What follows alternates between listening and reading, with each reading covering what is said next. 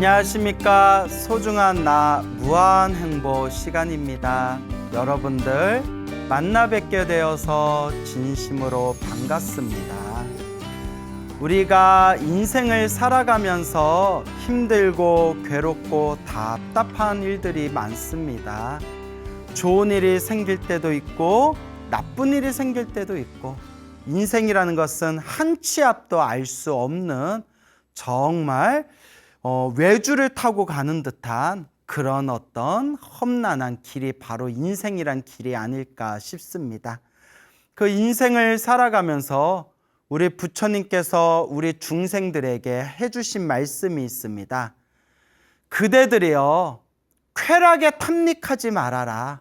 그대들이여 욕망에 마음을 뺏기지 말아라. 이 윤회의 세상, 이 인생이라는 것은 끊임없는 불만족의 연속, 괴로움의 세상이다. 그래서 아주 유명한 말씀을 하시죠. 태어나서 괴롭다. 애기들이 태어나는 순간 막 응애 자지러지게 웃잖아요. 막 울지 않습니까? 응애 하면서 막 몸부림치면서 막 울지 않습니까? 이미 태어남 자체가 고통이에요. 태어남이 괴로움이요, 늙어감이 괴로움이요, 병드는 것이 괴로움이고, 또한 죽음이 괴로움이다. 생로병사가 괴로움이다. 그리고 또 그 속에서 태어나고 늙고 병들고 죽는 그 속에서 펼쳐진 좋아하는 사람 만나지 못해서 괴롭고, 싫어하는 사람 자꾸 봐야 해서 괴롭고, 구하고자 해도 얻을 수가 없어서 괴롭고, 내 몸과 마음을 구성하고 있는 이 오온, 색수상행식, 육체와 정신을 구성하고 있는 이 모든 작용이 다 괴로움이다 라는 말씀을 하셨습니다. 그 괴로움 중에서도 가장 우리를 힘들게 하는 게 바로 질병에 대한 괴로움이 아닐까 합니다. 그래서 여러분 기억나시는지 모르겠는데, 우리 소나무 몇 회차 전에 그 대만에 어느 스님께서 몸에 몇 개의 암 종양이 있었는데, 그렇게 연불과 수행을 통해서 저절로 암 종양이 사라졌다라는 말씀 드렸었는데 기억나십니까? 그래서 그분께서 불자들에게 당신이 체험했던, 그리고 당신이 생각하는 질병이라는 것에 대한 그런 어떤 본질에 대해서 해주신 법문이 있더라고요. 그래서 그 법문을 오늘 여러분들하고 함께 이렇게 읽어보면서 과연 이 병이란 거의 본질은 무엇이고, 우리가 병에 걸렸을 때 어떻게 지혜롭게 처신해야 되는가라는 부분을 한번 살펴보는 시간 가져보도록 하겠습니다. 얼마 전에 소나무에서 소개한 9개의 종양이 연불로 치유된 대만의 이인환 스님의 법문을 소개해 드릴까 합니다. 지금 소개해 드리는 법문의 내용은 각산 정원규라는 아주 불심이 깊으신 거사님께서 직접 번역해 주신 내용입니다. 요 각상 정원규 거사님이 유명하신 분인데, 그 불교계 베스트셀러였던 그 오대산 노스님 이야기랑 능원심주 이야기 그렇게 번역하셨던 아주 불심이 깊으신 거사님이신데, 요 거사님이 너무나 좋은 자료를 이렇게 번역해서 올려주셔가지고 제가 오늘 소개해 드릴까 합니다. 근데 내용이 엄청 길어요. 내용이 엄청 길어서 제가 그냥 굵직굵직한 부분만 발췌해서 설명을 드리도록 하겠습니다.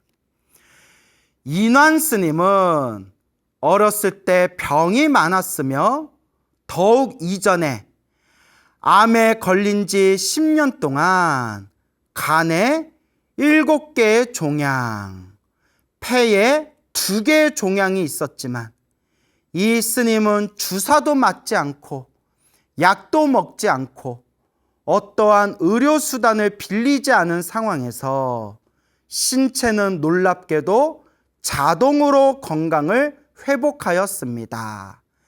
이난 스님이 직접 법문하신 내용을 간추려서 소개합니다.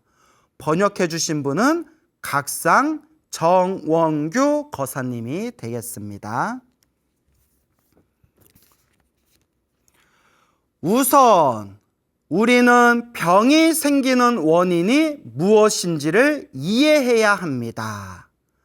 불교에서 말하기를 신체가 병의 고통을 받게 되는 까닭은 완전히 생각과 행위가 초래한 것입니다.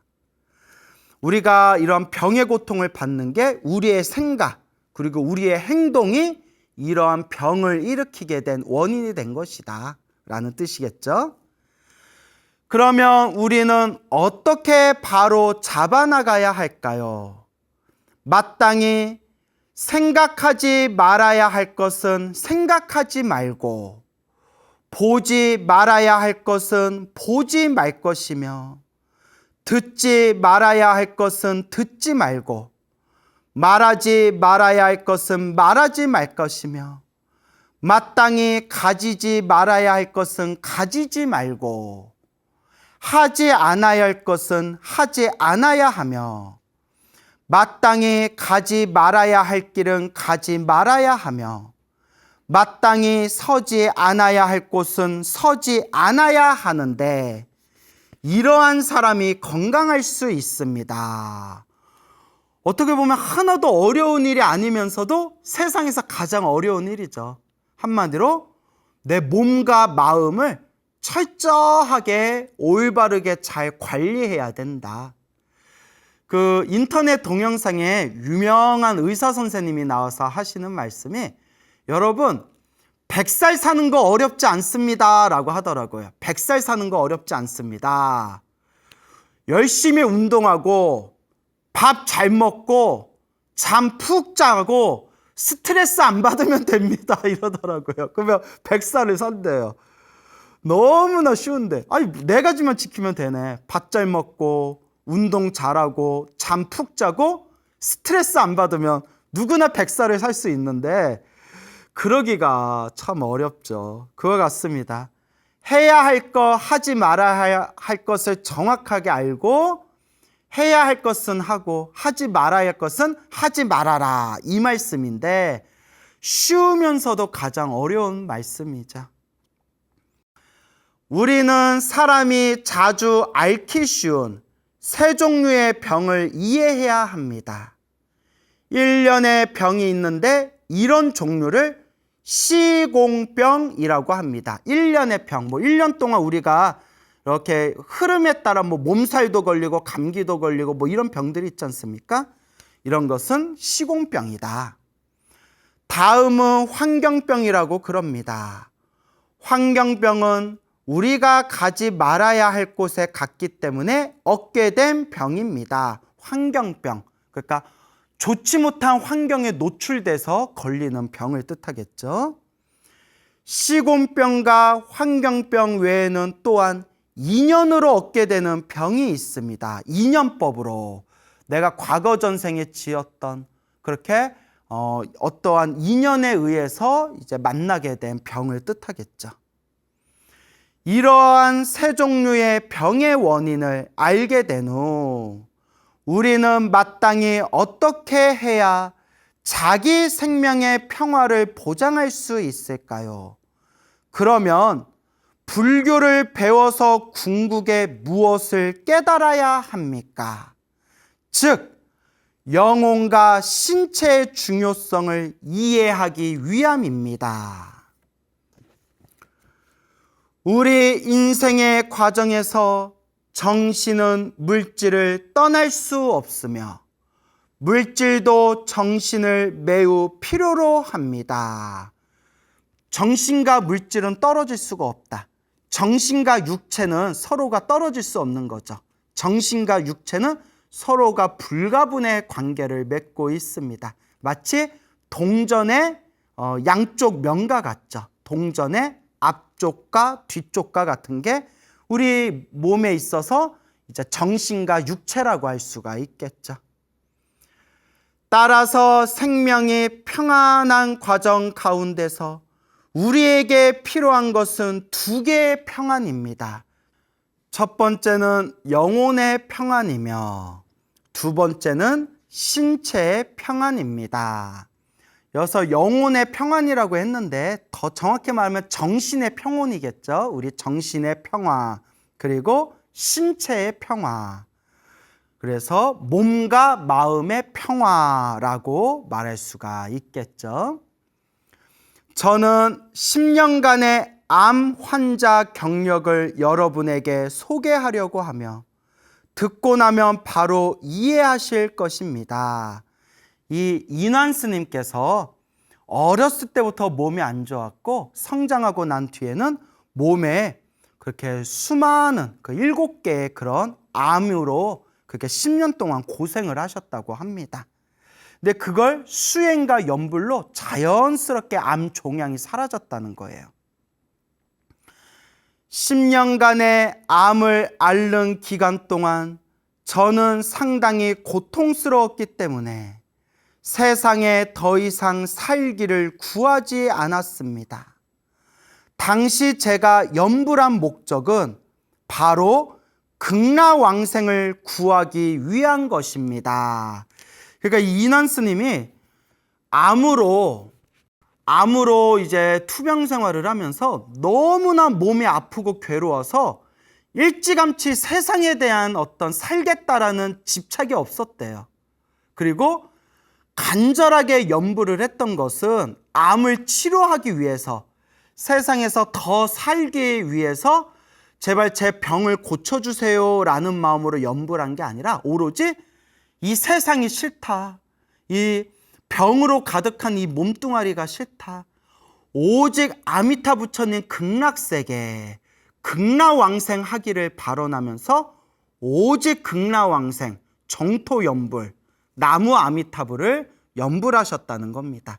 그러니까 중요한 게 병을 낫기 위해서 연불한 게 아니다. 이번 생에 더 살겠다라는 그런 집착 없이 빨리 극락세계에 태어나고 싶어서 연불하였다라는 내용입니다. 나는 일념으로 극락왕생을 원하였으며 결과적으로 이 방법으로 생각지도 않게 나의 병은 치료가 된 것입니다. 병을 낫게 해주세요, 제 수명이 늘어나게 해주세요 라는 걸 바라지도 않았고 오히려 빨리 극락세계에 태어나게 해주세요 라고 연불했는데 오히려 병이 나았다는 거예요. 참으로 이 연불의 공덕은 우리 중생이 다 헤아릴 수 없고, 이런 어떤 사례들을 봤을 때 결국 모든 게 인연법의 흐름대로 나아가는 거구나, 요 미묘한 인연법의 에너지가 있구나 라는 것을 느끼게 됩니다. 당시 제 자신도 도대체 나의 회복이 진짜인지 가짜인지를 믿지 못했습니다. 10년 동안 암 7개가 있었는데 갑자기 사라져 버리니까 당신도 믿을 수가 없었다라는 의미겠죠. 따라서 그때를 나는 자주 회상하는데 극락왕생을 원했는데 어째서 도리어 살아났는가. 참 이게 중요해요. 병이 낫기를 바라는 마음으로 연불한 것이 아니라 극락세계에 태어나기를 발언하면서 연불했는데 어째서 나의 병이 낫고 수명이 늘어났는가? 왜일까? 나중에 병이 생긴 후 비로소 일심으로 연불하기 시작하였습니다. 일심으로 연불했다. 한마음으로 연불했다. 간절하게 연불했다는 뜻이겠죠. 병이 중하여 연불하는 것조차도 곤란하였습니다. 얼마나 병세가 깊고 얼마나 몸이 힘들었으면 그 연불하는 것조차도 힘들었다라고 말씀하시는 거죠. 연불은 나의 생명을 편안하게 하는 소프트웨어가 된 것과 같습니다. 계속하여 연불을 지속해서 최후의 건강을 회복하게 되었습니다. 이러한 경험을 통하여 나는 점점 이해하게 되었습니다. 우리가 연불하는 과정에서 반드시 모든 힘을 나무 아미타불에 집중해야 합니다.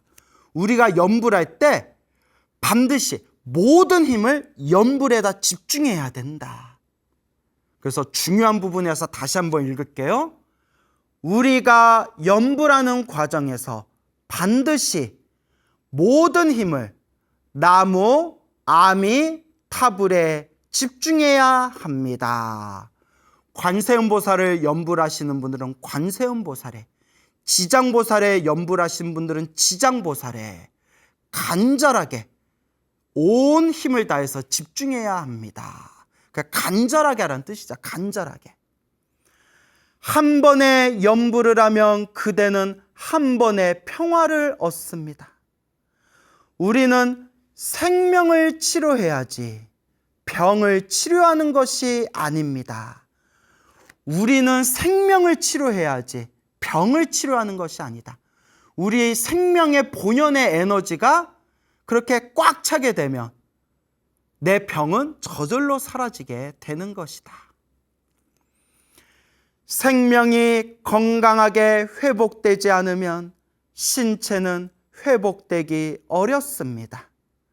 생명이 회복되면 우리의 신체도 저절로 회복됩니다.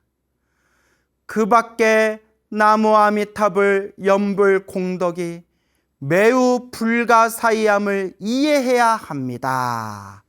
자, 여기서부터는 나무 아미타불 연불의 공덕에 대해서 지금 하시는 말씀인데요. 2008년 사천성 대지진이 났는데 그때 정말 끔찍한 일이 생겼죠. 너무 안타까운 일이죠. 사천성 대지진이 났는데 저는 그곳을 시찰한 적이 있습니다. 그 결과 신기한 현상을 하나 발견하였습니다. 연불하는 도량은 비록 많거나 적거나 서로 다른 정도의 파손은 있었습니다. 그러나 전부 무너진 것은 없었습니다. 그러니까 그 성에도 수많은 사찰이 있고 수많은 사찰에서도 이제 수행하는 방법이 저마다 다르잖아요. 그런데 그곳에 무너진 사찰에 이렇게 시찰을 갔는데 연불하는 도량, 나무 아미타불 연불하는 도량은 좀 많이 부서진 것도 있고 좀 적게 부서진 곳도 있었지만 완전히 무너진 절은 없었다는 거예요. 바로 이게 연불의 공덕이다. 좀 부서진 곳은 있었지만 완전히 무너진 곳은 없었다. 그런데 천도제를 위주로 하는 사찰은 모두 무너져 있었습니다. 제가 늘 말씀드리죠. 천도제도 공덕은 있지만 내가 연불하고 내가 기도를 해야 돼요. 그래서 저를 찾아오신 수많은 불자님들 중에서도 굿도 해보고 온갖 제사도 다 지내봤지만 효과를 보지 못하다가 소나무를 보고 난 뒤에 간절하게 기도하고 기도해서 구슬하고 제사 지내도 보지 못했던 그 확연한 효과와 그 가피와 공덕을 생생하게 체험하신 불자님들이 제 주변에 많습니다. 결국 부처님 가피와 공덕의 가장 밑바탕, 가장 중요한 뿌리는 바로 연불, 내 스스로 기도하는 겁니다. 그런데 천도제를 위주로 하는 사찰은 모두 무너져 있었습니다. 지진이 발생한 그날 400명 가까운 많은 사람들이 그곳에서 연불을 하고 있었지만 결과는 어떻게 되었는가 하면 그 절의 6채 되는 근처의 모든 건물은 전부 무너졌지만은 오직 그들이 연불하는 연불 땅은 조금의 파손도 생기지 않았습니다. 비록 연불 땅의 벽에 약간의 균열이 있었지만 한 사람도 손상을 입지 않고 400명이 전부 안전하였습니다. 그 400명의 불자들이 연불 법당에 들어가서 그 지진이 났을 때 오로지 일심으로 나무 아미탑을 연불을 하니 그 주변에 있는 건물은 다 무너졌지만 연불 법당만큼은 건물의 균열만 가고 전혀 무너짐이 없었고, 그 법당 안에 나무 아미탑을 연불하신 400명의 불자님들도 모두 크게 다치지를 않았다. 참 이런 내용 보면 사실 저는 이런 생각이 들어요. 만약에 그 400명의 불자가 간절하게 연불을 해서 부처님이 도와주신 거라면, 그러면 이왕에 도와주는 김에 좀 옆에 있는 다른 사람들, 연불을 안 한 사람들까지도 싹 다 좀 도와주시지 왜 연불하는 사람만 도와주셨을까? 라는 생각이 여러분들도 들죠. 이왕 도와주실 것 좀 중생 좀 다 도와주시지 그 연불한 사람들만 도와주시냐, 팔은 안으로 굽냐, 이런 생각 드실 수 있죠. 저도 그런 생각이 들거든요. 근데 이게 인연법이래요. 연불을 한 인연, 내가 연불을 한 그 인연의 힘으로 가피와 공덕을 받은 것인데, 우리 불교는 인연법이잖아요. 내가 가피와 공덕을 받을 수 있는 인연을 짓지 않았는데 어떻게 도와주냐는 거예요. 불을 떼야 연기가 나고 비가 내려야 흙이 젖는데, 불 떼지도 않고 비도 내리지 않았는데 어떻게 연기가 나고 어떻게 흙이 젖을 수가 있겠냐. 그와 같이 부처님이 아무리 중생들을 제도하고 싶어도 결국은 스스로 인연을 지어야 된다. 부처님의 가피를 받을 수 있는 인연은 결국 스스로가 지어야 된다. 결국 내가 연불하고 내가 한 연불의 그 공덕과 가피로 내가 스스로 그 은혜를 받는 거예요. 결국 내가 닦아야 된다. 여러분, 결국 자기가 닦아야 됩니다. 우리 엄마가 저렇게 기도 열심히 해주는데 뭐 내가 잘 되겠지. 우리 마누라가 저렇게 열심히 절에 다니는데 잘 되겠지. 우리 할머니가 저렇게 우리 가족들을 위해서 기도해 줬는데 잘 되겠지. 밥은 내가 먹었는데 왜 니들이 배부르냐. 이런 유명한 얘기가 있지 않습니까? 얘들아, 내가 밥 먹으면 내가 배부르지 왜 니들이 배가 불러. 이런 유명한 얘기가 불교계에 있거든요. 결국 자기가 닦아야 된다라는 그런 말씀입니다, 여러분. 내가 닦아야 된다. 어쨌거나 그렇게 연불 땅에서 400명의 불자들이 일심으로 나무 아미탑을 연불을 하니 그 연불 땅이 무너지지도 않았고 다친 사람도 없었다. 연불 공덕에 대한 이야기가 되겠습니다. 이것은 연불 법문의 공덕이 무량한 것임을 더욱 검증하게 된 것입니다. 하늘에는 정해진 시간이 있고 땅에는 정해진 위치가 있으며 사람에게는 정해진 양이 있으며 생명에는 정해진 수가 있습니다. 만약 소위 편안함은 우리 생명의 수명이 다하면 평안하게 과보를 다하게 됩니다. 연불한 이유, 저는 이 대만의 인완 스님은 저는 진정 깨닫게 되었습니다.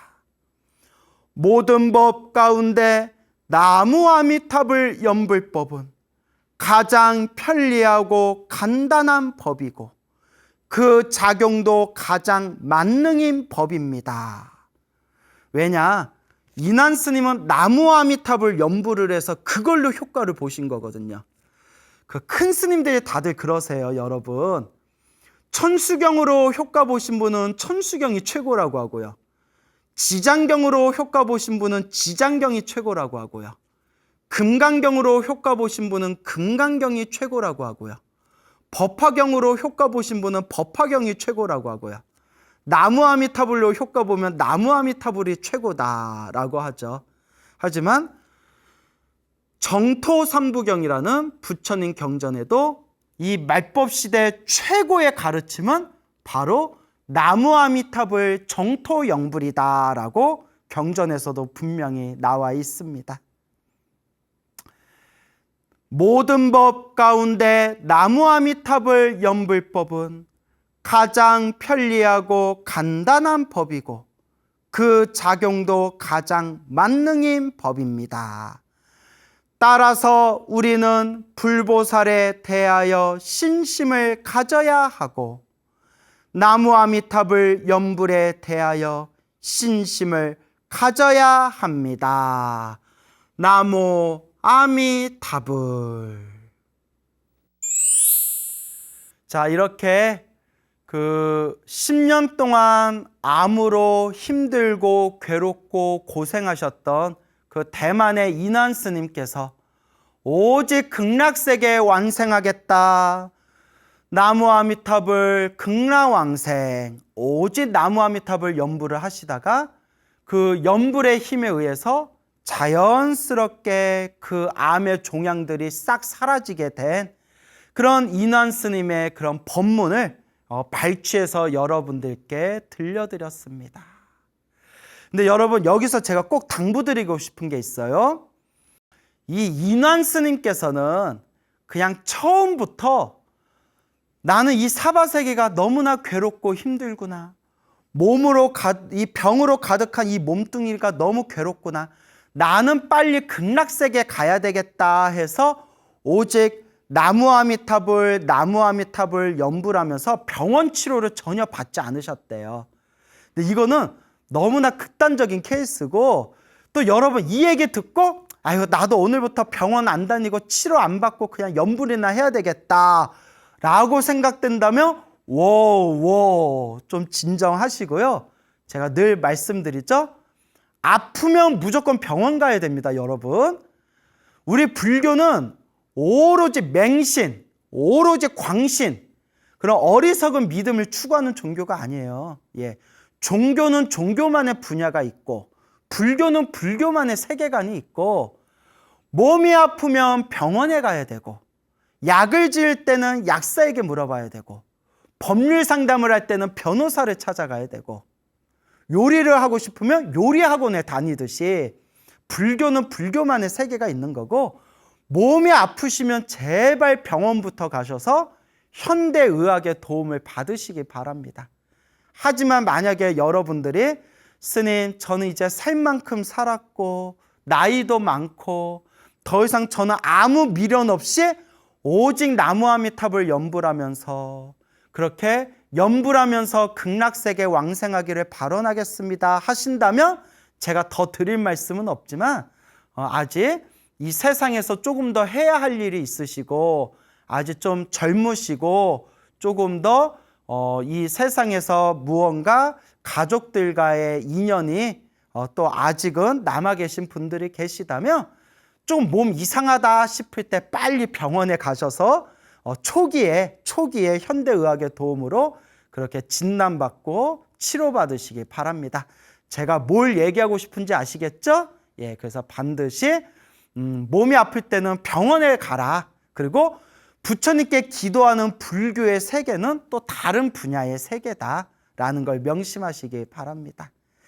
그리고 이와 같이 또 인안 스님께서는 병이 낫게 해주세요라고 기도하지를 않으셨습니다. 오직 병이 낫든가 말든가 빨리 극락세계에 태어나게 해주세요라고 기도했을 뿐입니다. 그런데 저절로 병이 나았어요. 이게 인연법입니다. 그래서 옛날 큰 스님께서도 큰 병에 걸렸을 때 이렇게 기도하셨다고 합니다. 무조건 병이 낫게 해주세요라고 기도한 게 아니라, 거룩하신 불보살님, 제가 만약에 이 세상과 인연이 남아 있다면 제 병이 빨리 낫게 해주시고, 만약 제가 이 세상과 인연이 다 한 거라면 아무런 고통 없이 빨리 편안하게 오직 극락세계 왕생하게 해주십시오라고 그렇게 기도하셨다고 합니다. 그러니까 여러분들께서도 혹 큰 병에 걸려서 만약에 기도를 하시는 상황이라면 부처님 살려주세요, 살려주세요, 살려주세요. 그 살려주세요가 오히려 마음에 집착이 될 수 있다는 거예요. 옛날부터 기도를 많이 하시거나 연부를 많이 하신 큰 스님들께서 항상 하신 말씀 중에 하나가 마음에 집착이 없고 마음이 순수하고 맑고 깨끗하고 마음이 텅 비워졌을 때 훨씬 더 강한 기도의 힘이 솟구친대요. 그러니까 살려주세요, 살려주세요 라는 기도보다는 제가 세상과 인연이 있다면 제 병이 싹 낫게 해주시고 제가 세상과 인연이 다한 거라면 결국 인연법이잖아요. 인연법. 불교는 인연 따라 일어나고 인연 따라 사라지는 거잖아요. 제가 세상과 인연이 남아있다면 병이 빨리 싹 사라지게 해주시고 제가 만약 세상과 인연이 다한 거라면 부디 편안하게 세상을 떠나 극락세계 성불학교 왕생하여 지이다. 이렇게 기도해라 라고 권유드리고 싶습니다. 물론 안 아픈 게 최고인데 참 안 아프다는 게 참 어려워요. 저도 한번 크게 아팠던 적이 여러 번 있었는데 불과 하루 이틀 전만 하더라도 내가 이렇게 아플 거라는 걸 몰라요. 닥치고 나서야 에구구구구 경험하고 나서야 에구구구구 이게 바로 중생의 속성이죠. 안 아픈 게 최고지만 몸이 아플 때 그때가 바로 내가 더욱 간절하게 기도하고 정성스럽게 기도하고 내 생명의 본래, 내 생명의 에너지를 충만하게 잘 닦아나갈 때이다 라는 걸 명심하셔야 됩니다. 그리고 여러분 꼭 드리고 싶은 얘기가 있어요.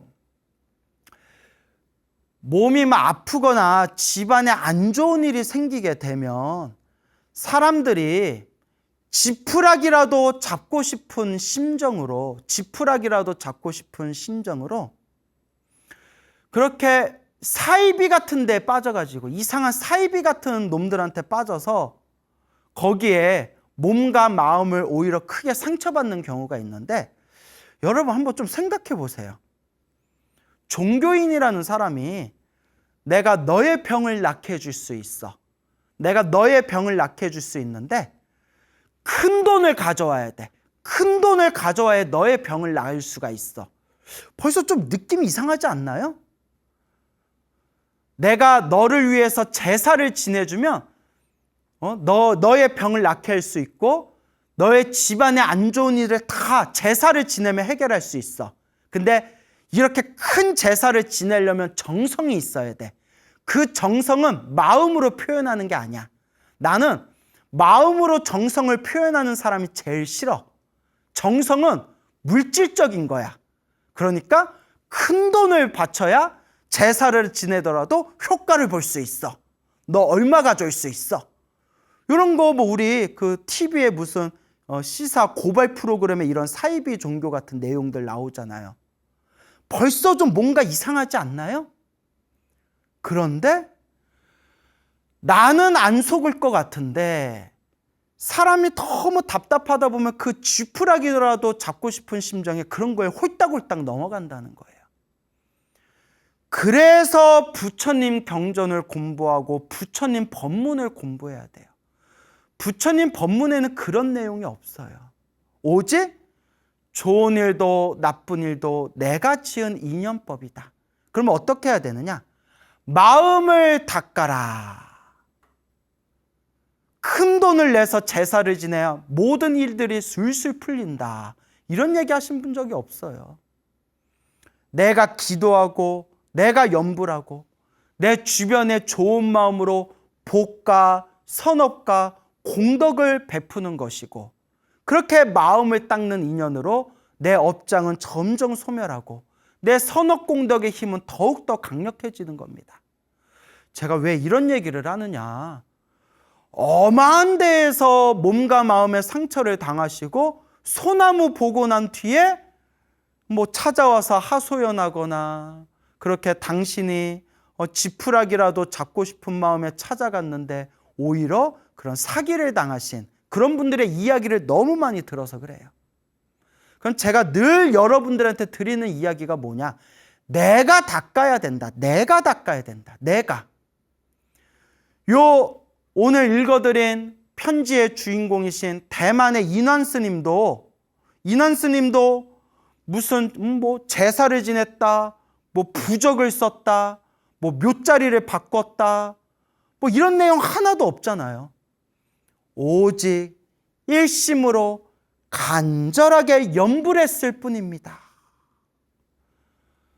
오직 염불했을 뿐입니다. 그 간절한 염불이 부처님의 지혜와 자비, 은혜와 공덕의 가피로서 하나가 될 수 있었던 것입니다. 이렇게 쉽고 이렇게 단순한 길이 있는데 왜 자꾸 멀리 이상한 데를 찾아다니느냐. 그것도 업보예요, 여러분. 왜 저런가 하고 봤더니 그것도 업보예요. 정말 이런 얘기하면 여러분들 좀 기분 나쁠 수도 있고 미안할 수도 있겠지만 끼리끼리 만나는 거예요. 끼리끼리 만난다. 제 말이 좀 심한 면도 있지만 그런 어리석은 마음을 일으켜서 그런 이상한 사람들한테 속는 것도 그것도 바로 업보고 업의 습관, 업습이다. 결국 그냥 부처님 경전에 그대로 나온 그대로 단순하게 한결같이 내 마음을 닦고 염불하고 복과 선악과 공덕을 짓고 좋은 일이 생기든 나쁜 일이 생기든 다 내가 지은 업의 인연이고 나는 지금 수행하고 정진할 뿐이다.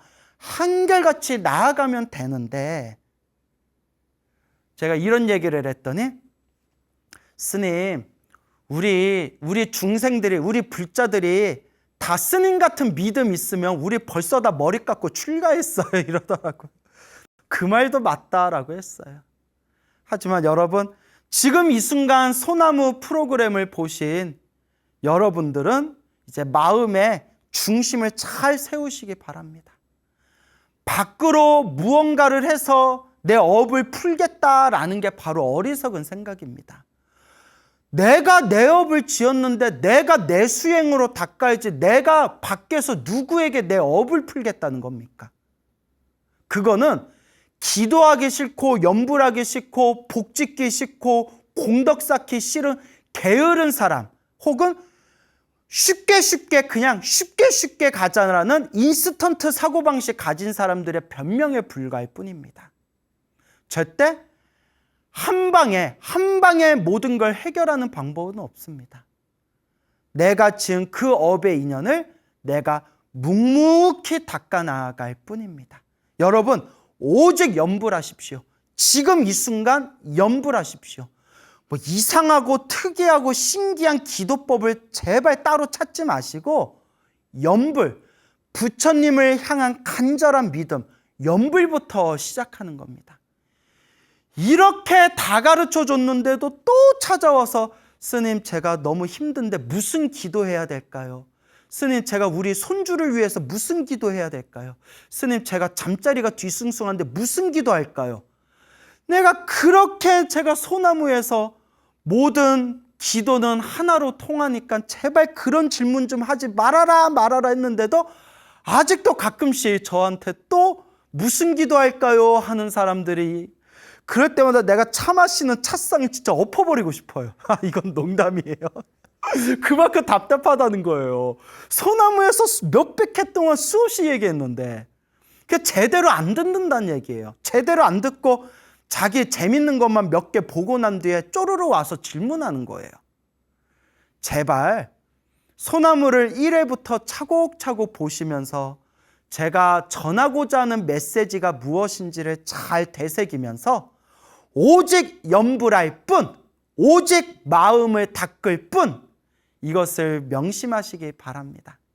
제가 말은 이렇게 해도 제 마음속에는 항상 제발 우리 불자님들, 제발 우리 이 모든 중생들이 다 고통에서 벗어나 행복하기를 발언합니다. 항상 제가 그렇게 발언하고 있습니다.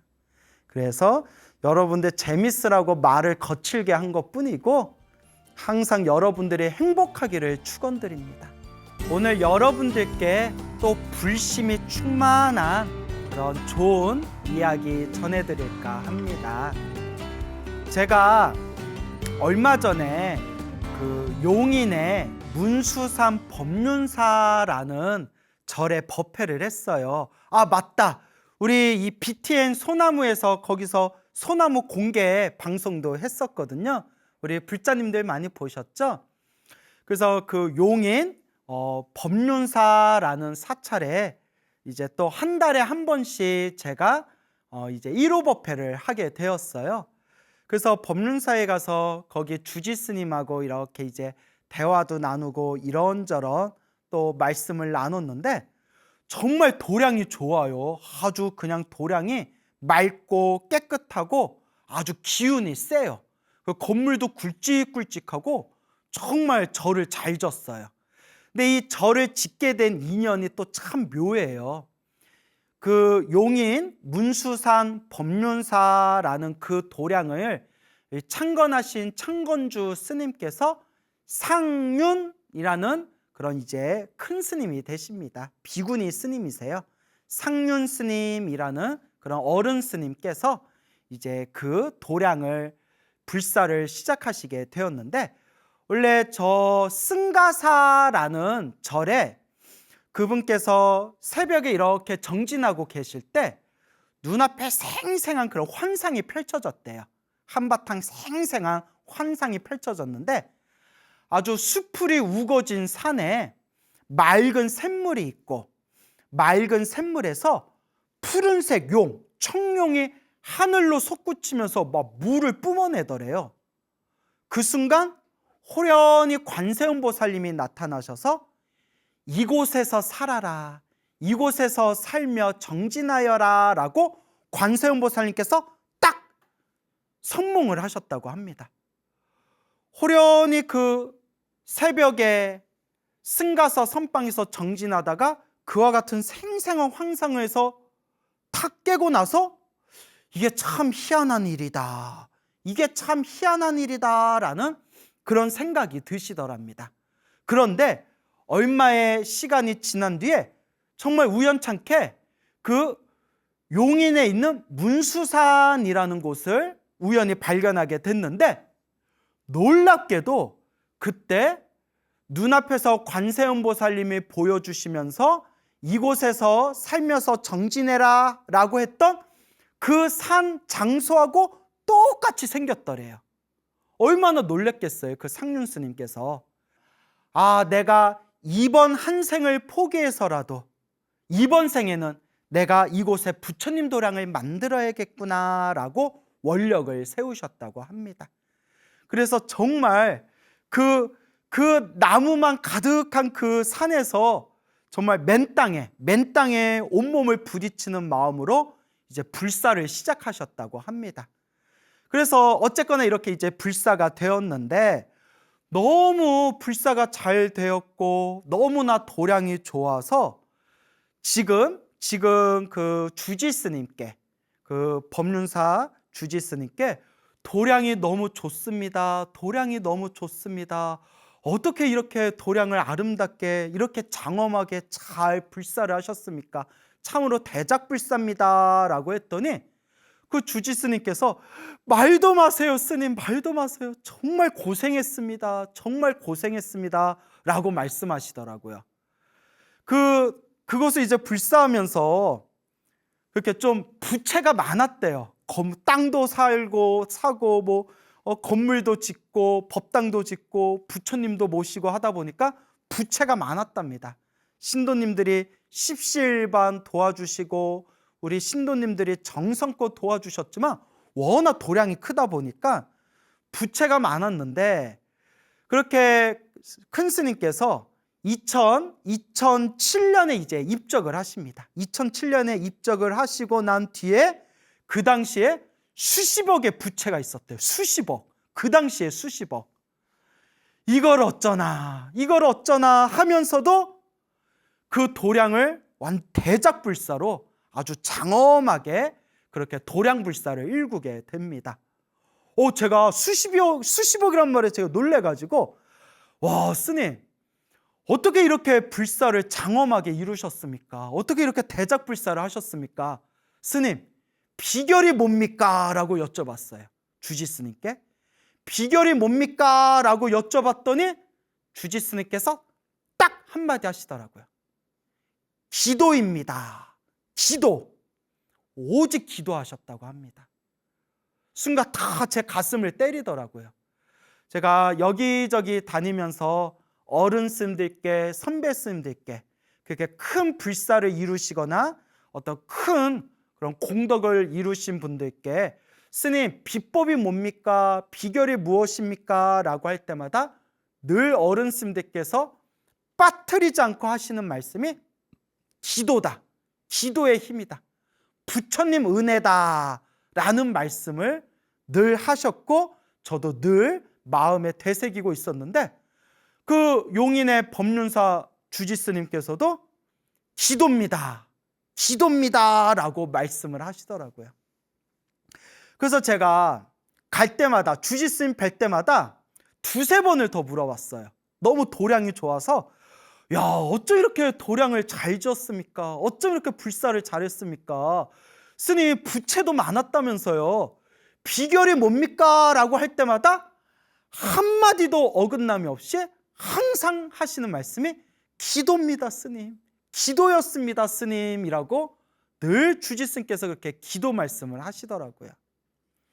그래서 이제 주지스님 말씀과 그 주지스님을 오랫동안 모셨던 그런 신도님에게 들은 그런 재미난 이야기가 있습니다.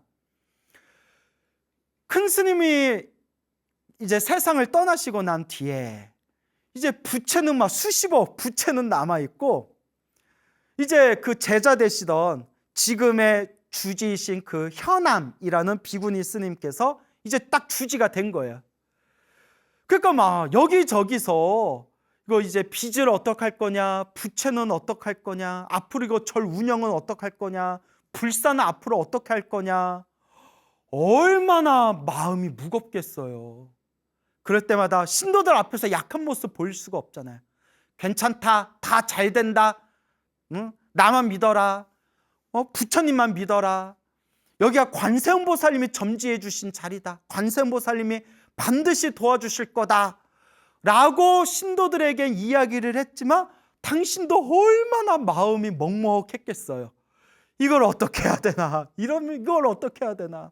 그래서 이 절을 잘 운영해 보려고 하는데 간혹 이렇게 신도분들이 오시면 아, 절은 큰데 큰 스님이 안 계시네 라는 말을 그렇게 툭툭 던지면 그게 자기 가슴에 비수가 꽂히는 느낌이 들더래요. 괜히 자기가 죄 짓는 느낌이 들고, 절은 큰데 큰 스님이 안 계시네. 그러니까 그땐 자기가 나이도 지금보다 훨씬 젊고 또 그러다 보니까 아, 이게 내 그릇에 비해서 너무 큰 곳이 아닌가, 내 역량이 부족한 것은 아닌가, 이 도량을 어떻게 해야 되나, 얼마나 많은 고민이 있었겠어요.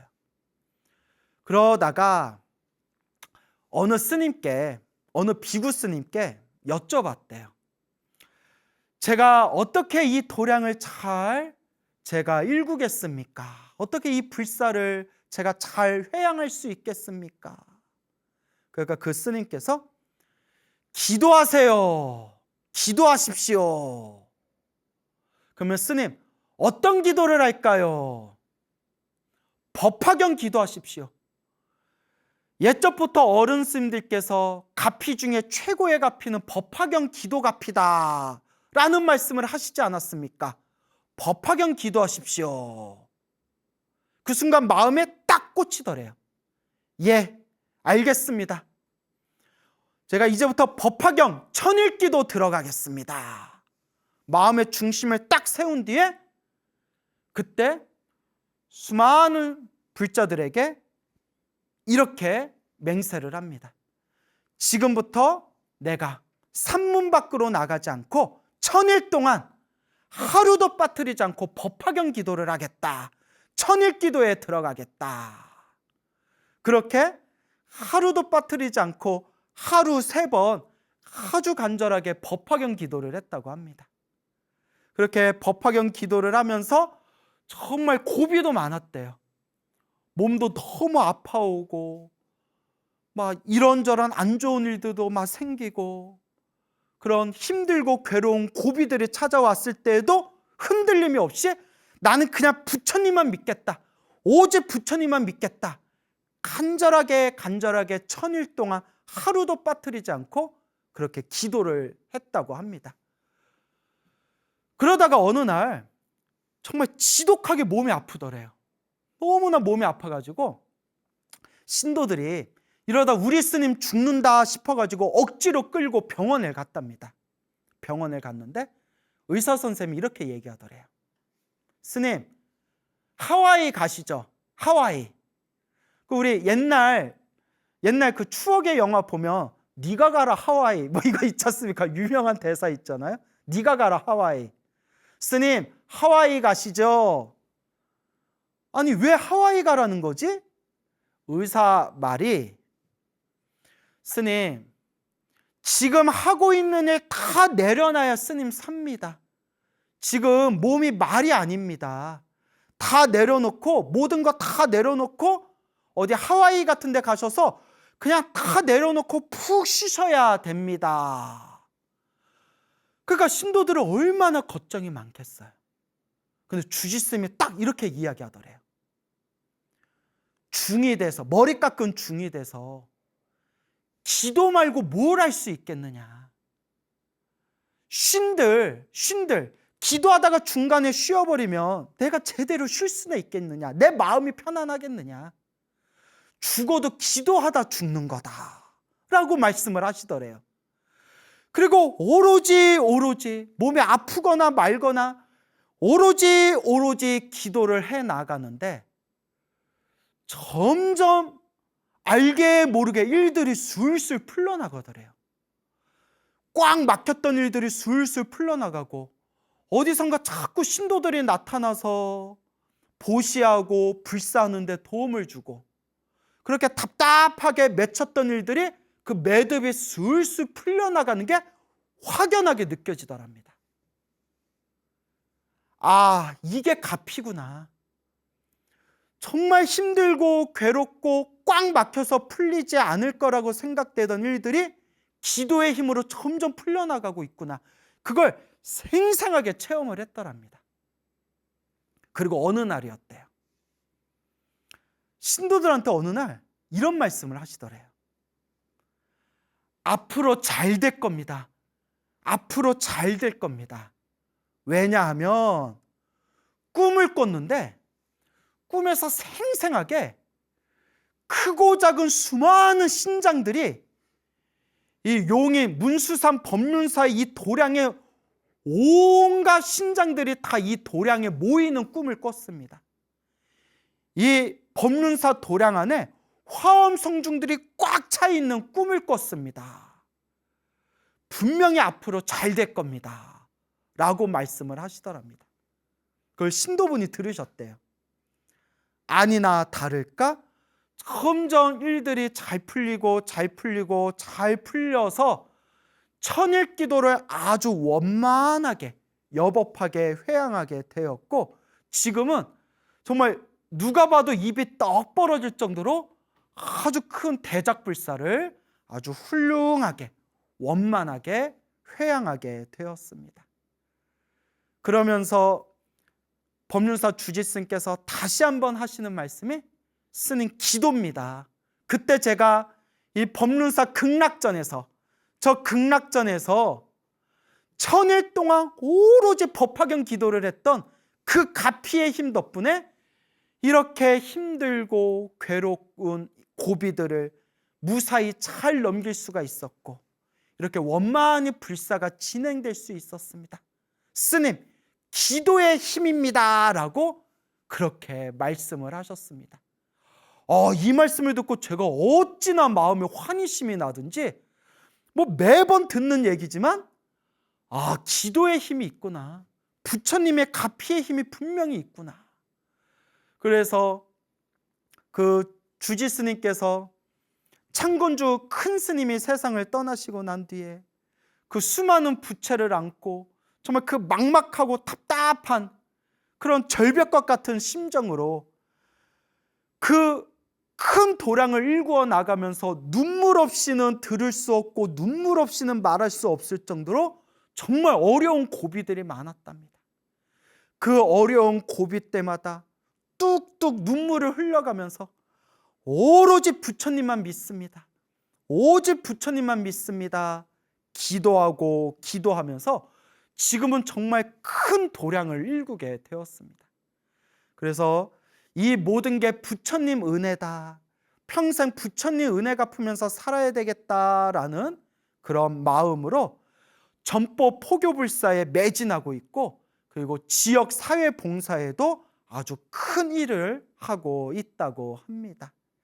그래서 그 법화경 기도의 힘 때문인지는 몰라도 이 법륜사가 딱 그 도량에 들어가 보면 정말 그 산세가 그런지 몰라도 기운이 짱짱하다라는 그 느낌, 짱짱한 그런 느낌이 들어요. 그래서 제가 참 느낌이 묘하다 해서 그곳에 계시는 스님께 여기 혹시 원래 절터였습니까? 하니까 예, 여기 원래 문수산, 문수보살 문수산이라고 불리고 고려시대 때 여기 큰 절이 있었답니다. 저 위쪽에 절이 있었답니다. 그 여기 이제 원래 절터였다는 거죠. 그래서 저 혼자 이제 망상을 피우기를, 저 혼자 소설을 써보기를 이 창건주 상륜 스님께서 머나먼 과거 전생 이 문수산 고려시대 때 있었다는 이 문수산 사찰에 계시던 스님이었나 보다. 그때의 인연으로 관세음 보살님께서 이 도량, 이 산을 보여주시면서 이곳에 절을 짓고 수행해라 라고 인연을 맺어주셨나 보다라고 저 혼자 그렇게 한번 소설을 써봤습니다. 그래서 지금도 이 법륜사가 이 법화경 만일기도에 들어가고 있다고 합니다. 만일기도. 만일이면 30년이에요. 세상에 30년. 그래서 만일기도 중에서 지금 이제 4차 기도가 시작되었다라는 이야기를 듣게 되었습니다.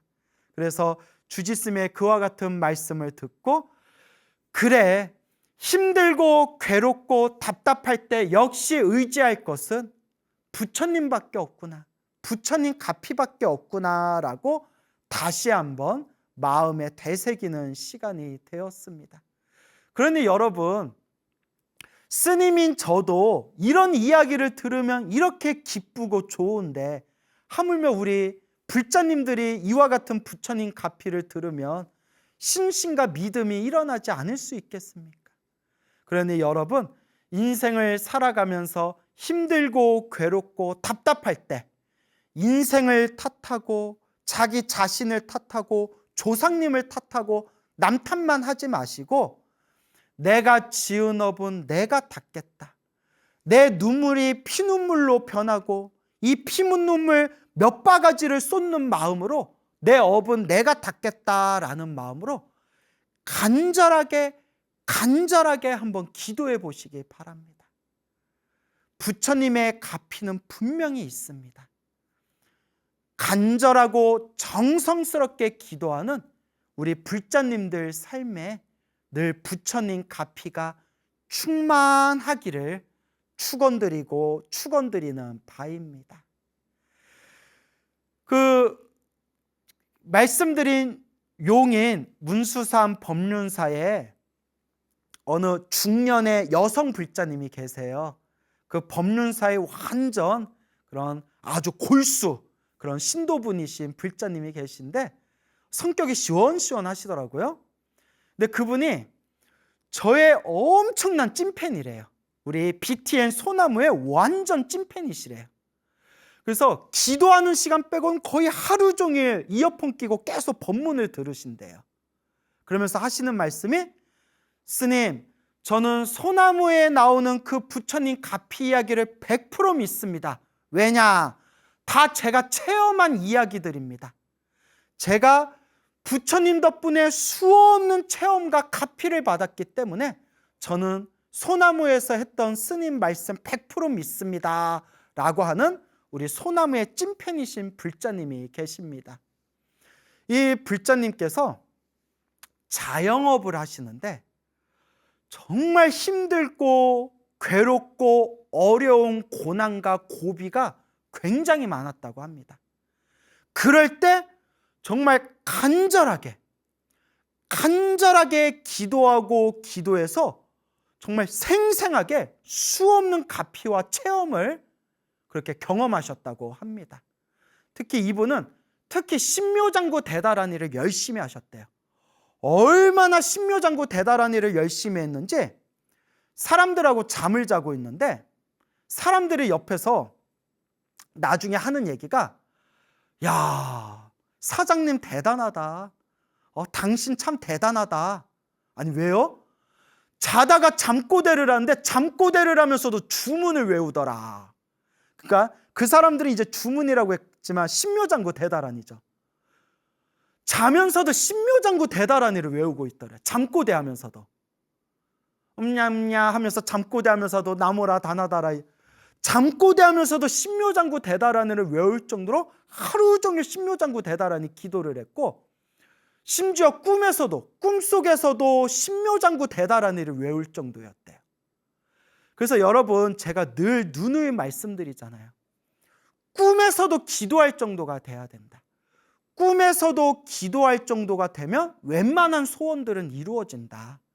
아니나 다를까 정말 힘들고 어려운 고비가 있을 때 부처님께 기도할 때마다 그 고비를 넘겼고, 그리고 그 기도의 에너지가 쌓이면서 그 기도의 에너지가 쌓일수록 알게 모르게 점점 일들이 술술 풀려나가는 게 느끼더랍니다. 정말 일들이 술술 풀려나가는 게 느끼더래요. 그러면서 스님, 저는 정말 부처님 기도 아니었으면, 부처님 가피 아니었으면 저는 못 살았습니다. 부처님 덕분에 살고 있습니다. 저는 평생 부처님 은혜 갚으면서 살 겁니다. 라는 그런 아주 그런 신심이 가득한 그런 여성 불자님이 계십니다. 이 불자님이 저한테 직접 해주신 얘기입니다. 그래서 제가 그분한테 아이고 감사합니다. 제가 또 우리 소나무에 또 아주 재미난 아주 불심 가득한 또 법문 소재를 하나 얻었습니다. 불자님 고맙습니다 라고 제가 인사를 드렸어요. 너무 감동적이더라고요. 여러분 이제 채널 고정하시고 잘 들어보세요.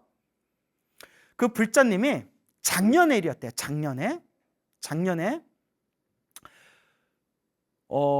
건강검진을 받았는데 검사 결과 의사가 심각한 표정으로 장의 상태가 많이 안 좋습니다 라고 이야기하더래요. 장이 많이 안 좋습니다. 장이 좀 심각할 정도로 안 좋습니다 라고 겁을 주더래요. 근데 정말 안 좋았나 봐요. 지금 딱 속단하기는 이르고 6개월 후에 정밀검진 다시 받아보겠습니다. 6개월 후에 정밀검진 받고 우리 그때 한번 다시 판단하도록 하겠습니다 라고 의사 선생님이 6개월 후에 정밀검진 받아보자. 그때까지 몸관리 좀 잘하고 있어라 라고 신신당부하더랍니다. 장 상태가 좀 많이 안 좋은 것 같다. 그러니까 막 종양일 수도 있고 막 암일 수도 있고 하잖아요. 그러니까 어쨌거나 의사가 우리 그렇잖아요. 검사 결과 좀 안 좋은데요.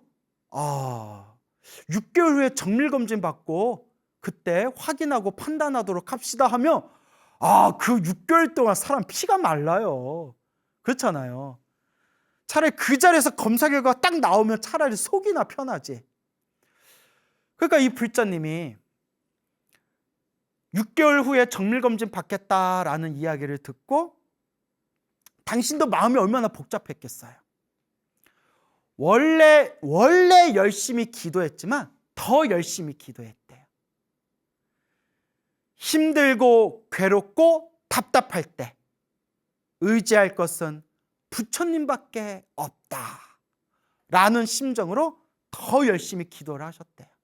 그렇게 6개월 동안 열심히 더 기도를 하시고 그렇게 또 이제 마음에 회향을 하겠다라는 뜻에서 그동안 기도한 걸 이제 또 회양하겠다라는 뜻에서 이제 마지막 기도는 저 상원사, 오대선 상원사 정멸보궁에 갔대요. 정멸보궁을 걸어서 올라가 가지고 쉬지 않고 1000배를 절했대요. 쉬지 않고 1000배를 했대요. 1000배. 쉬지 않고 이렇게 이제 1000배를 올렸는데, 그렇게 부처님께 간절하게 절 한 번 한 번 1000배를 올리고 난 뒤에 그날 밤 생생하게 꿈을 꿨대요. 그 남자가 나타나더래요. 큰 남자가 나타나더래요. 큰 남자가 나타나서 자기를 딱 보더니, 불자님을 딱 보면서 많이 아프구나 라고 하더래요. 많이 아프구나. 예, 제가 좀 몸이 안 좋은 것 같습니다. 아픕니다. 그 남자한테 물어봤대요. 꿈에서. 제가 죽겠습니까?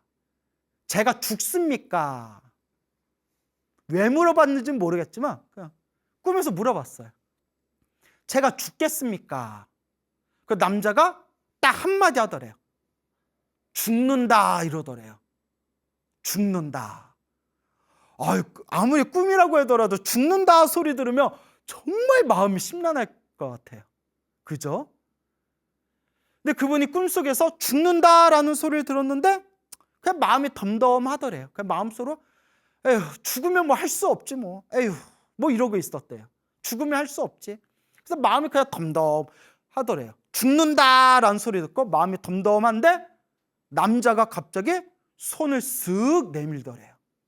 손을 쓱 내미는데 손바닥에 하얀색 알약이 있더래요. 하얀색 알약. 이걸 먹어라 이러더래요. 남자가. 먹어라. 그래서 먹었대요. 보살님이. 보살님이 그걸 꿀꺽 먹었는데 갑자기 배가 구르륵 구르륵 푸드득 거리더래요.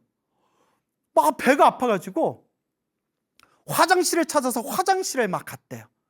그래서 화장실 변기에 앉아서 후두두두둑 하면서 뱃속에 있는 5만 가지 더러운 게 막 끊임없이 뱃속에 있는 더러운 게 막 쏟아져 내리더래요.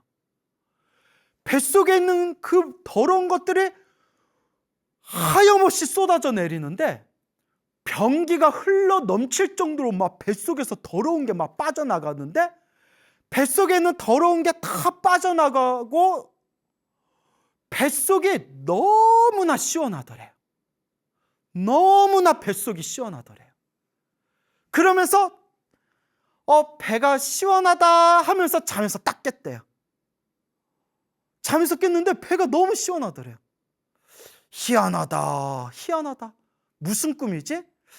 꿈에서 나 죽는다라고 했는데 약을 먹고 변기가 막 흘러넘칠 정도로 뱃속이 시원하게 뱃속에 있는 더러운 걸 다 쏟아내는 꿈을 꿨잖아요. 딱 느낌이 좋더래요. 약속된 시간에 드디어 병원에 가서 6개월이 지난 거죠. 정밀검진을 받고 결과가 나왔대요. 의사 앞에 딱 앉아 있는데 의사가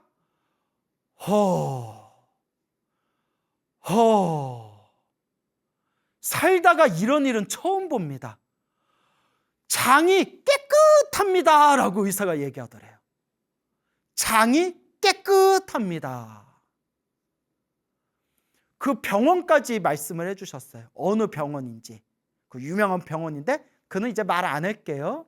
굳이 그 병원의 의사가 이런 일이 없는데, 이러기가 쉽지 않은데, 참 어떻게 이런 일이 있지? 대대체 6개월 동안 뭘 하셨습니까? 장이 너무 깨끗합니다. 검사할 필요도 없습니다. 너무 다행입니다. 너무 좋은 일입니다. 하고 의사가 감탄을 하더랍니다. 그게 올해 초의 일이래요. 그 6개월 지나고 검사한 게 올해 초의 일이래요. 그러면서 스님, 저 부처님 가피 받았습니다. 제가 기도하고 생생하게 이런 체험을 했는데 제가 어떻게 부처님의 은혜를 안 갚을 수가 있겠습니까? 저는 평생 부처님 은혜 갚는 마음으로 살겠습니다 라는 말씀을 하셨습니다. 제가 막 물개박수를 쳤어요. 막 쳤어요.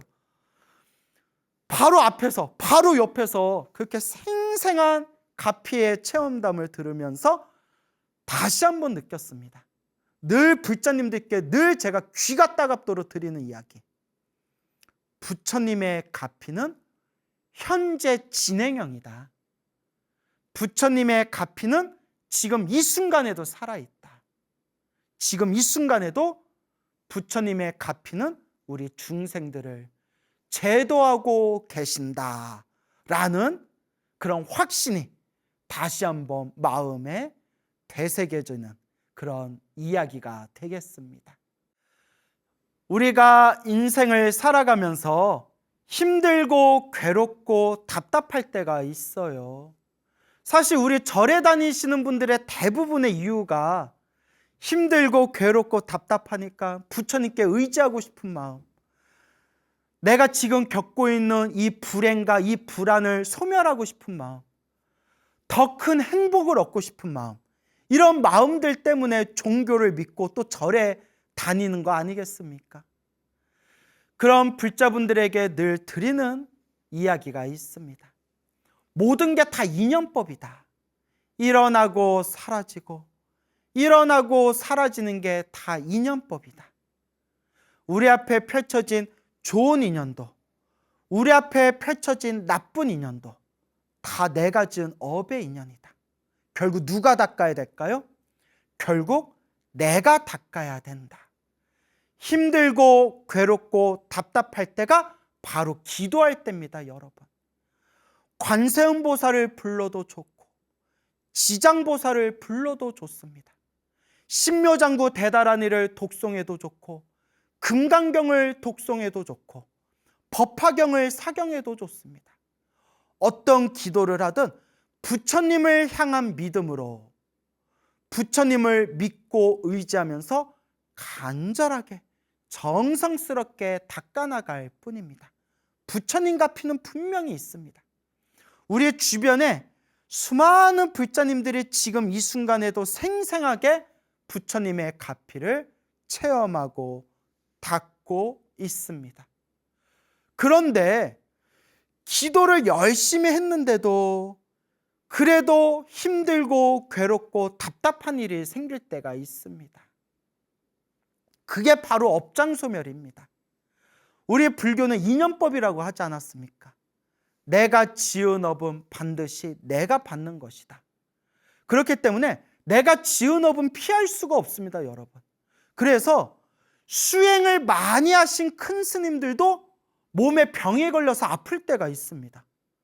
수행을 많이 하시고 기도를 많이 하신 큰 스님들도 불사하다가 불사가 어긋나가지고 큰 손해를 보시기도 하고 큰 충격을 받으실 때도 있습니다.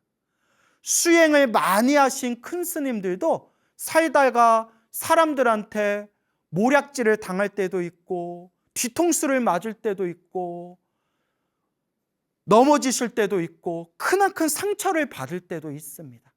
수행을 많이 하신 큰 스님들도 인생의 역경을 만날 때가 있습니다. 그럴 때마다 그 큰 스님들이 항상 하시는 말씀들이 있죠. 아, 내 빚을 갚았구나.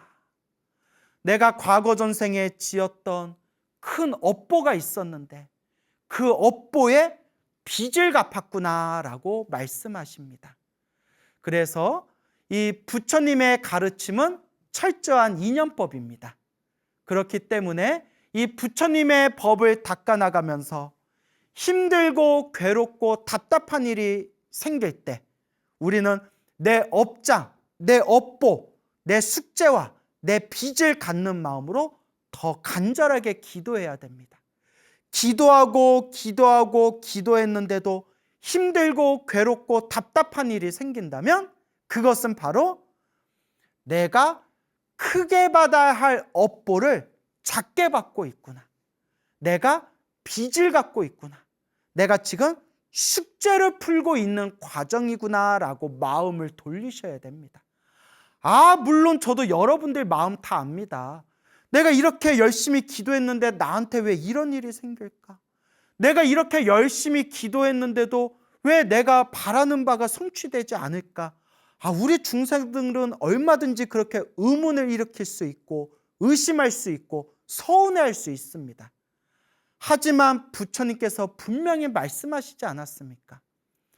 좋은 일도 나쁜 일도 내가 지은 업의 인연이고 내가 지은 업보는 피할 수가 없고 다만 수행의 힘으로 크게 받을 것을 작게 받고 있는 것이다.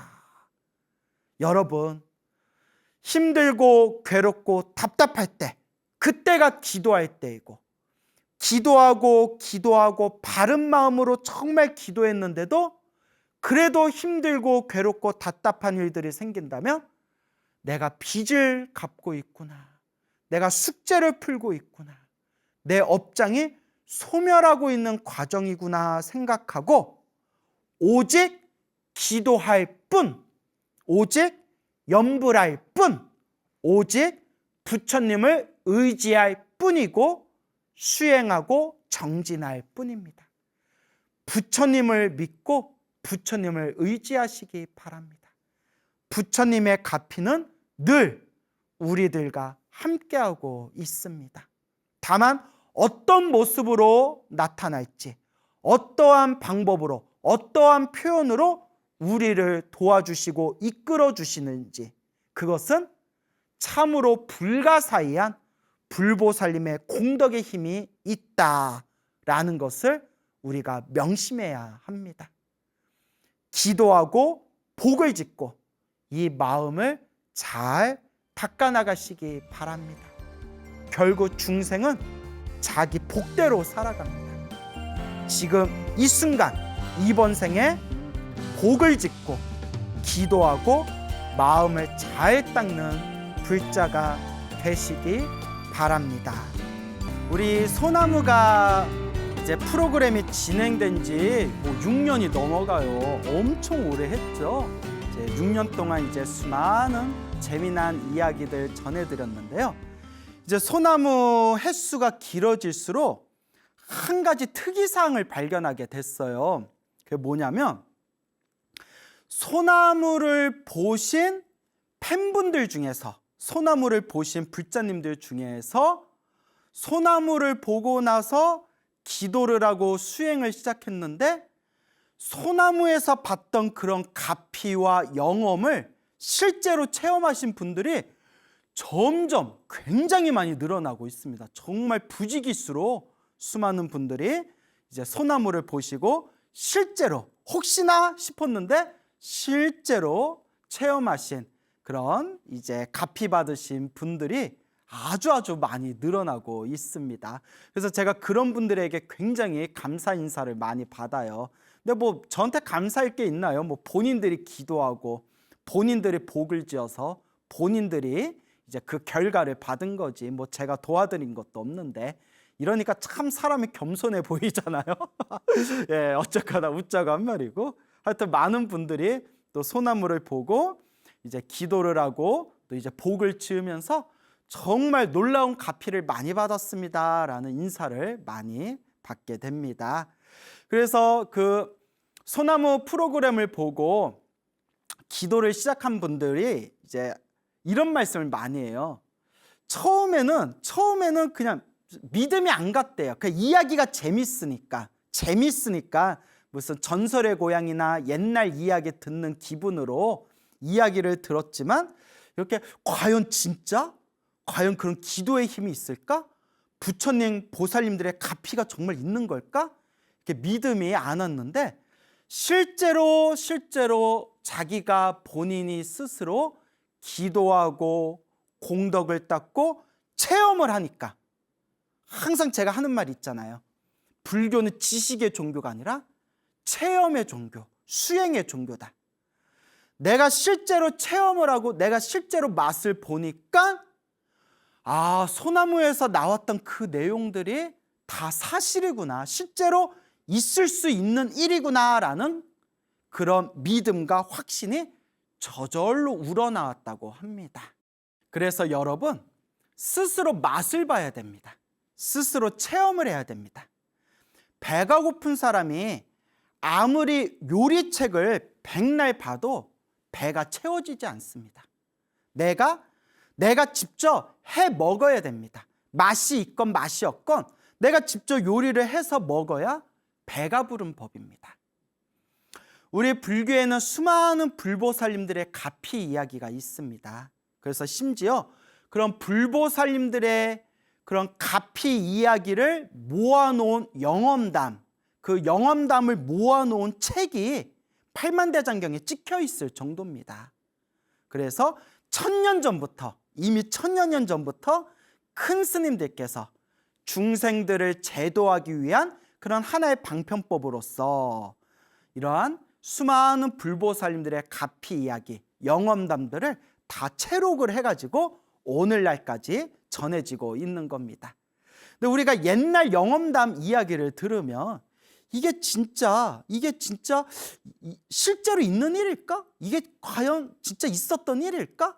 그냥 옛날 큰 스님들, 옛사람들이 그냥 부처님 법을 전달하기 위해서 불자들 그냥 믿음 내라고 지어낸 이야기가 아닐까? 사실 이런 의심이 들 수가 있죠. 저도 한때 그랬던 적이 있었고요. 그래서 그런 불교 영엄담의 수많은 그런 기적 같은 이야기가 있는데, 제가 이제 간단한 거 두 토막을 제가 지금 말씀을 드리자면, 제가 봤던 수많은 영엄담 중에 한 이야기입니다. 첫 번째 이야기가 옛날 옛적에 어느 여인이 있었는데, 이 여인이 머리가 깨질 듯이 아프더래요. 너무나 머리가 깨질 듯이 아파가지고 도저히 일상생활을 하기가 힘들 정도로 그렇게 머리가 아프더랍니다.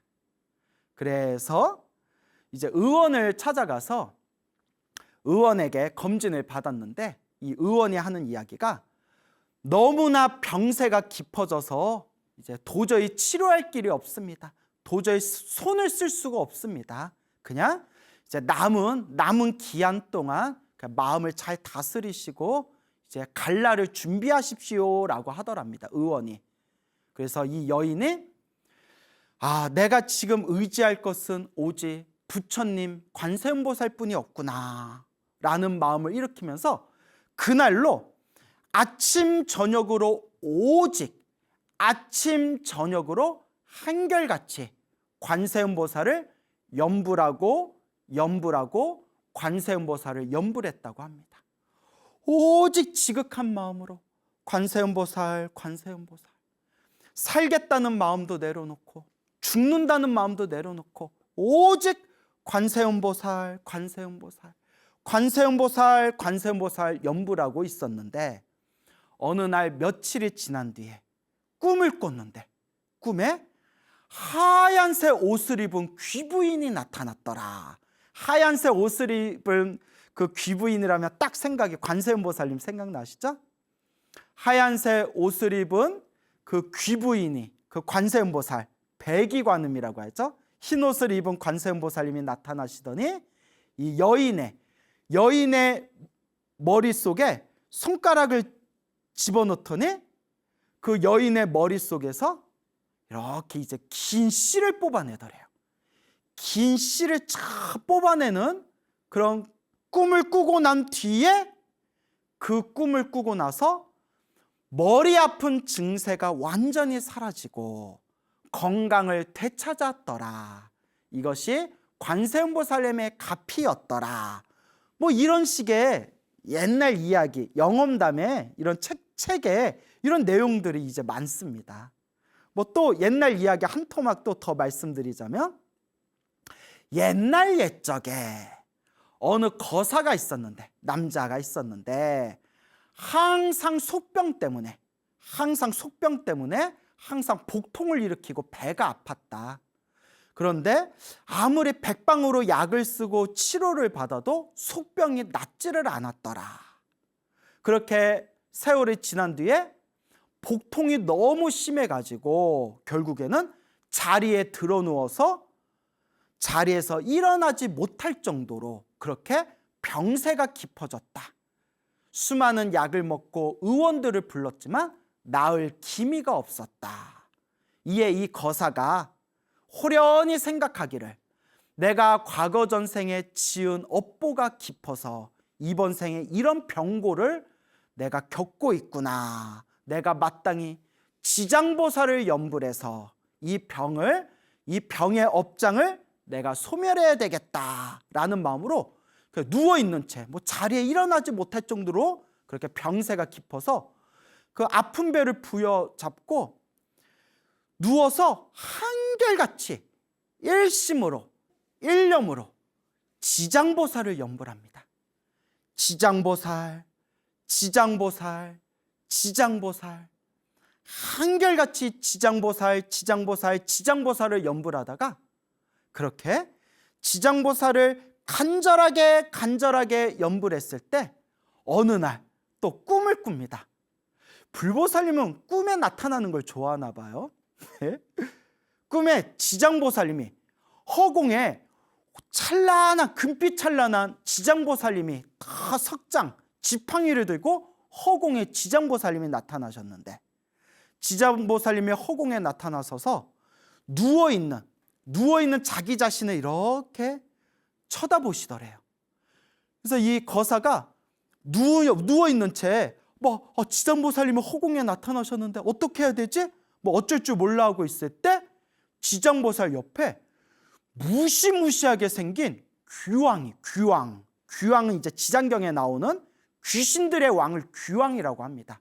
일종의 염라대왕 같은 존재들이에요. 그 귀신들의 왕, 그런 귀왕, 무시무시하게 생긴 귀왕이 큰 칼을 들고 지장보살님 옆에 나와가지고 누워있는 자기의 배를 딱 쪼갰는데 그 귀왕의 칼날이 그 누워있는 거사의 그 배를 딱 하고 쪼갰을 때 그 쪼개진 배, 그 잘려나간 그 배에서 온갖 벌레와 온갖 더러운 덩어리들이 막 빠져나가는 꿈을 꿨대요. 우두두두두 하고 온갖 벌레와 온갖 더러운 덩어리들이 뱃속에서 막 빠져나가는 꿈을 꾸고 꿈에서 딱 깼는데 너무나 뱃속이 시원하더라. 그 꿈을 꾸고 나서 더 이상 속병으로 더 이상 고통받지 않았고 그 뒤로 건강을 완전히 회복하였다. 이런 식의 이런 패턴의 내용들이 그 천여 년 전부터 수많은 큰 스님들이 그렇게 채록해 놓은 모아놓은 영엄담 그런 책에 이런 내용들이 가득하게 담겨져 있습니다. 그런데 솔직히 우리 입장에서 이걸 믿어야 되나 말아야 되나, 믿어야 되나 말아야 되나. 단 아까도 서두에서 말씀드렸지만 직접 체험을 하시고 맛을 보시고 가피를 경험하신 분들이 한결같이 하시는 말씀이 스님, 제가 체험을 해보니까 소나무에 나왔던 그 수많은 가피 이야기들이 그 모든 게 다 사실이라는 그런 확신이 일어납니다 라는 말씀을 한결같이 합니다. 그래서 제가 우리 불자님들께 그리고 우리 소나무 우리 시청자분들께 늘 드리는 이야기가 이러한 불보살님의 가피 이야기는 과거의 이야기가 아니고 과거에 있었던 이야기가 아니고 지금 이 순간 21세기 지금 이 순간 2000년대에도 일어나고 있는 현재 진행형이다. 불보살님의 가피는 현재 진행형이다. 현재 지금 이 순간 정말 책에서나 볼 법한 믿을까 말까 싶은 수많은 가피의 이야기를 지금 현재 이 순간에도 체험하신 불자님들이 굉장히 많습니다. 지금 대만에서 활동하고 계시는 스님이 계십니다. 그 대만에 활동하고 계신 스님이 계신데 법명이 인자 환자 인환 스님이시래요. 인환, 인자 환자 인환이라는 대만의 스님이 계시는데 대만에 있는 불교신문 언론에도 아주 크게 보도가 되었을 정도로 지금 대만에도 그렇게 이제 활동하고 계시는 스님이라고 합니다. 제가 지금 이 스님의 이야기를 왜 하느냐? 이 스님께서 어렸을 때부터 굉장히 몸이 약하고 병이 많았다고 합니다.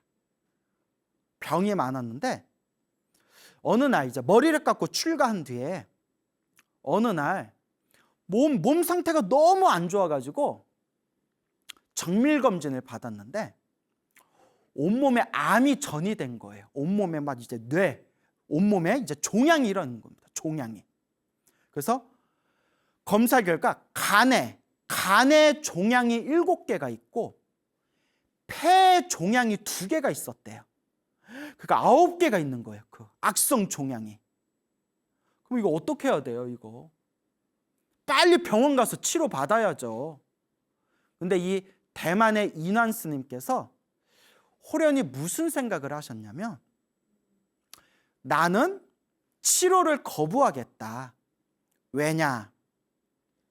내 남은 시간 동안 오로지 나무아미탑을 연부를 해서 차라리 빨리 극락세계 가겠다라고 마음에 결심을 세웁니다.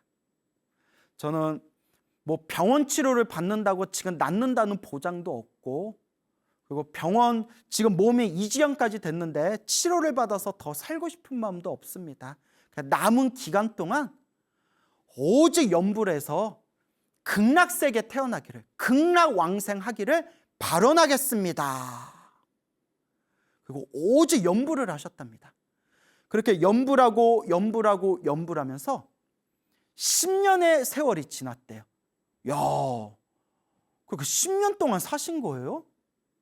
야, 그렇게 몸에 종양이 많은데도 10년 동안 어떻게 그렇게 살았을까요? 연불의 힘이었을까요? 이 스님이 그 10년 동안 너무 아팠대요. 진짜 몸이 지독하게 아팠대요. 뭐 진통제를 드셨는지 안 드셨는지까지는 모르겠지만 근데 뭐 병원에선 진통제 지어주지 않습니까? 극심한 고통에서도 제가 병이 낫게 해주세요 라고 기도하지 않고 제가 숨이 끊어지면 제가 죽으면 오직 아미타 극락세계 완생하기를 발언합니다 하고 오로지 극락왕생을 목표로 오로지 연부를 하셨대요. 그렇게 오직 연부를 하면서 10년의 시간이 지났는데 몸이 좀 많이 건강해지셨나 봐요. 이렇게 이제 다른 곳에 가서 막 봉사활동도 하고 그렇게 불자들하고 이제 봉사활동도 하고 그렇게 불자들과 봉사활동을 한 뒤에 이제 다른 지역에서 비행기를 타고 돌아오는 길에 선전이라는 지역이 있나 봐요. 선전. 혹시 뭐 대만 분 중에 뭐 선전이라는 곳이 있나요? 전 잘 몰라서. 선전이라는 지역이 있나 봐요. 그 선전에 잠시 머무르게 되었는데 거기에 어느 불심이 지극한 불자님이 평소에 인환 스님이 오래전에 이미 지금 몸 상태가 많이 안 좋다.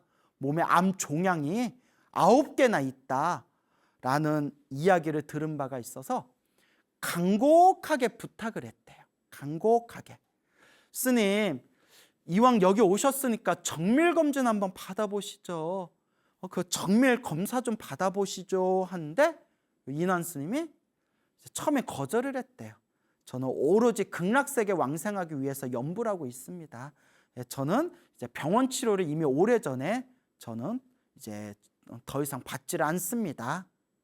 그렇다고 여러분 이거 배우란 뜻은 아니에요. 아프시면 병원 가셔야죠. 그러니까 제가 이 스님이 별나신 거예요. 이 스님은 오로지 이 사바세계를 싫어하는 마음, 오로지 극락세계 빨리 가고 싶다는 그 불심이 가득한 분이기 때문에 이제 이 사바세계, 이 세속에서도 참 이제 별나신 그런 훌륭하신 스님이고 우리 같은 중생은 아프면 병원 가서 치료 받아야죠. 또 제 얘기를 또 한쪽만 들으시면 안 돼요. 그래서 저는 오로지 연불에서 극락세계에 태어나기를 발언하고 있습니다.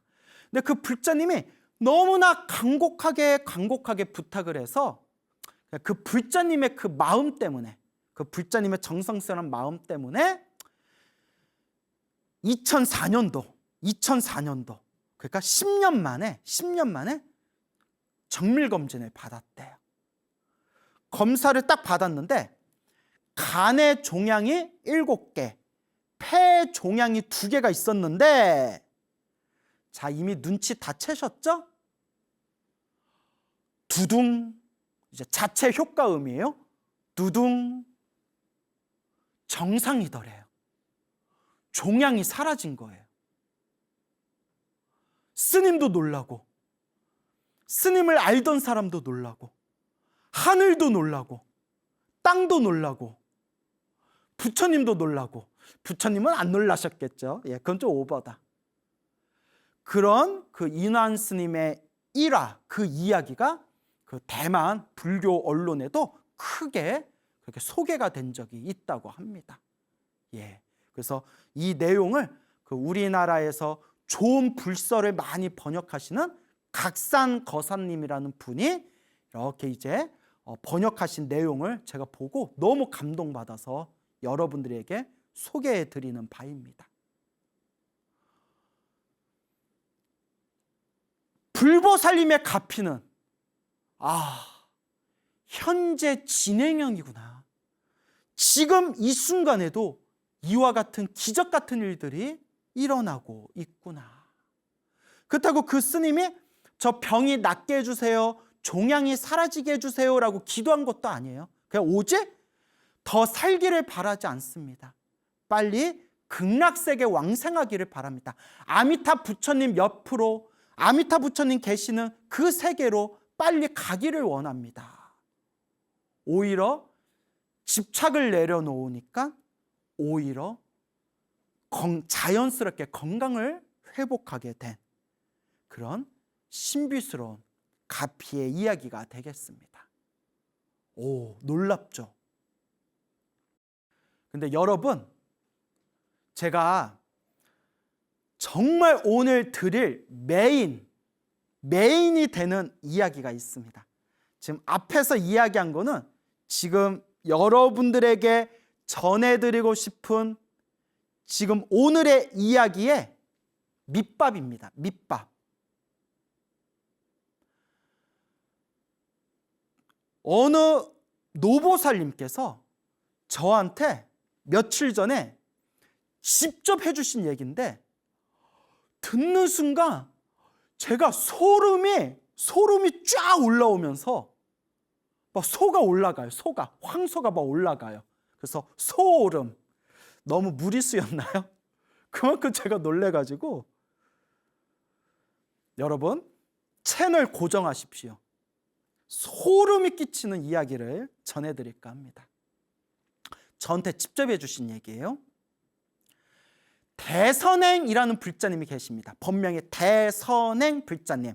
자기 법명 공개해도 된다고 허락을 해주셨습니다. 제가 웬만하면 이렇게 가명을 쓰거든요. 이 대선행이라는 이 보살님이, 불자님이, 여성 불자님이 지금 칠순하고도 1살이시래요. 칠순하나신데 젊었을 때부터 기도를 많이 하신 것 같아요. 법화경, 사경도 많이 하시고 기도도 많이 하시고 어디 절에서 공양주도 그렇게 이제 사시고 했던 그런 불자님이 계십니다. 이 대선행 불자님이 몇 년 전에 뇌종양 판정을 받았대요. 뇌종양이 발견돼가지고 뇌종양 판정을 받았는데, 혹시나 싶은 마음에 우리나라에서 서울에서 가장 큰 유명한 대형 병원 3군데를 다니면서 뇌 전문의에게 검사를 받았는데 3개 병원에서 모두 뇌종양으로 판정을 받았대요. 그러니까 이것은 약자로 없는 거죠. 3군데 대형 병원에서 뇌 전문의에게 뇌 종양이 크다, 뇌 혹이 크다라고 이제 판정을 받았으니까. 그래서 이제 가족들과 상의를 하고 우리나라에서 또 가장 손꼽히는 분 중에 한 분이신 뇌 전문의에게 이제 수술을 받기로 이제 예약을 잡게 됩니다. 뭐 들어보니까 뭐 수술을 잘하시는 유명한 의사분들한테 치료받으려면 뭐 몇 개월씩 뭐 예약 대기해야 된다 뭐 그러더라고요.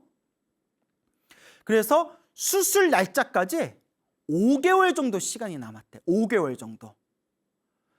그러면 다른 사람 같으면 막 불안하고 초조하고 걱정이 많을 거 아니에요. 근데 이제 평소에 불심이 지극했던 대선행 보살님이 5개월 동안 내가 한번 있는 힘껏 내가 기도해야 되겠다. 내가 간절하고 정성스럽게 남은 기간 동안 내가 기도해야 되겠다라고 이제 마음의 결심을 세우시고 5개월 동안 약사기도, 약사열의 기도를 열심히 하셨대요. 약사열의 기도. 그래서 매일매일 약사경, 약사본원경이라고 하죠. 약사경, 매일매일 약사경을 읽으시고 매일매일 간절하게 염불 하셨대요. 아주 간절하게 염불 하셨대요. 그렇죠. 또 여러분, 내 생명이 걸려 있으니 아무래도 한 번 염불을 하고 한 번 기도를 할 때 더 아무래도 간절한 마음이 나오지 않겠습니까? 5개월 동안 정말 몸과 마음을 잘 다스리면서 매일매일 약사경을 독송하고 매일매일 이제 염불을 하면서 그렇게 이제 기도를 하셨는데 마음이 편안하고 안정이 되시더래요. 마음이 편안하고 안정이 되시더랍니다. 사실 이게 가피예요, 여러분. 기도를 해서 마음이 편안해지는 것, 사실 이게 최고의 가피입니다. 그렇게 기도하고 기도하면서 그렇게 이제 점점 수술 날짜가 코앞에 다가오고 있는데 수술 날짜를 이제 눈앞에 두고 호련히 꿈을 꿉니다.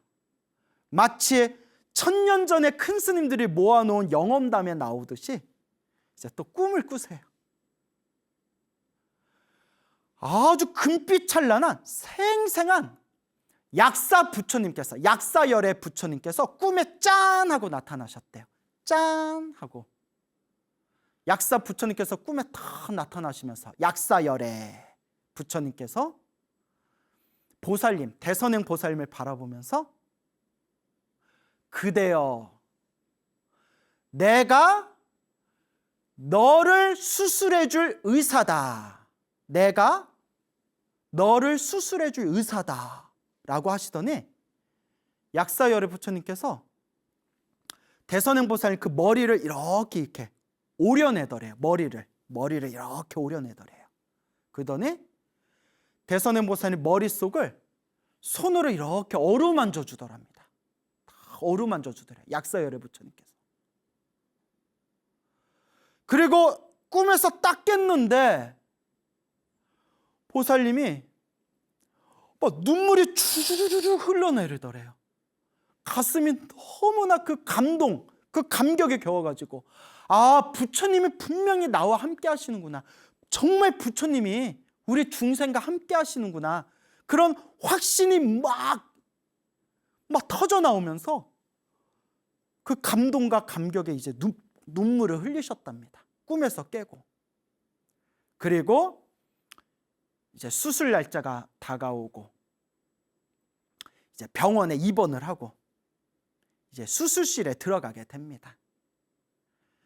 그 직전에 보살님이 그래도 혹시 모르니까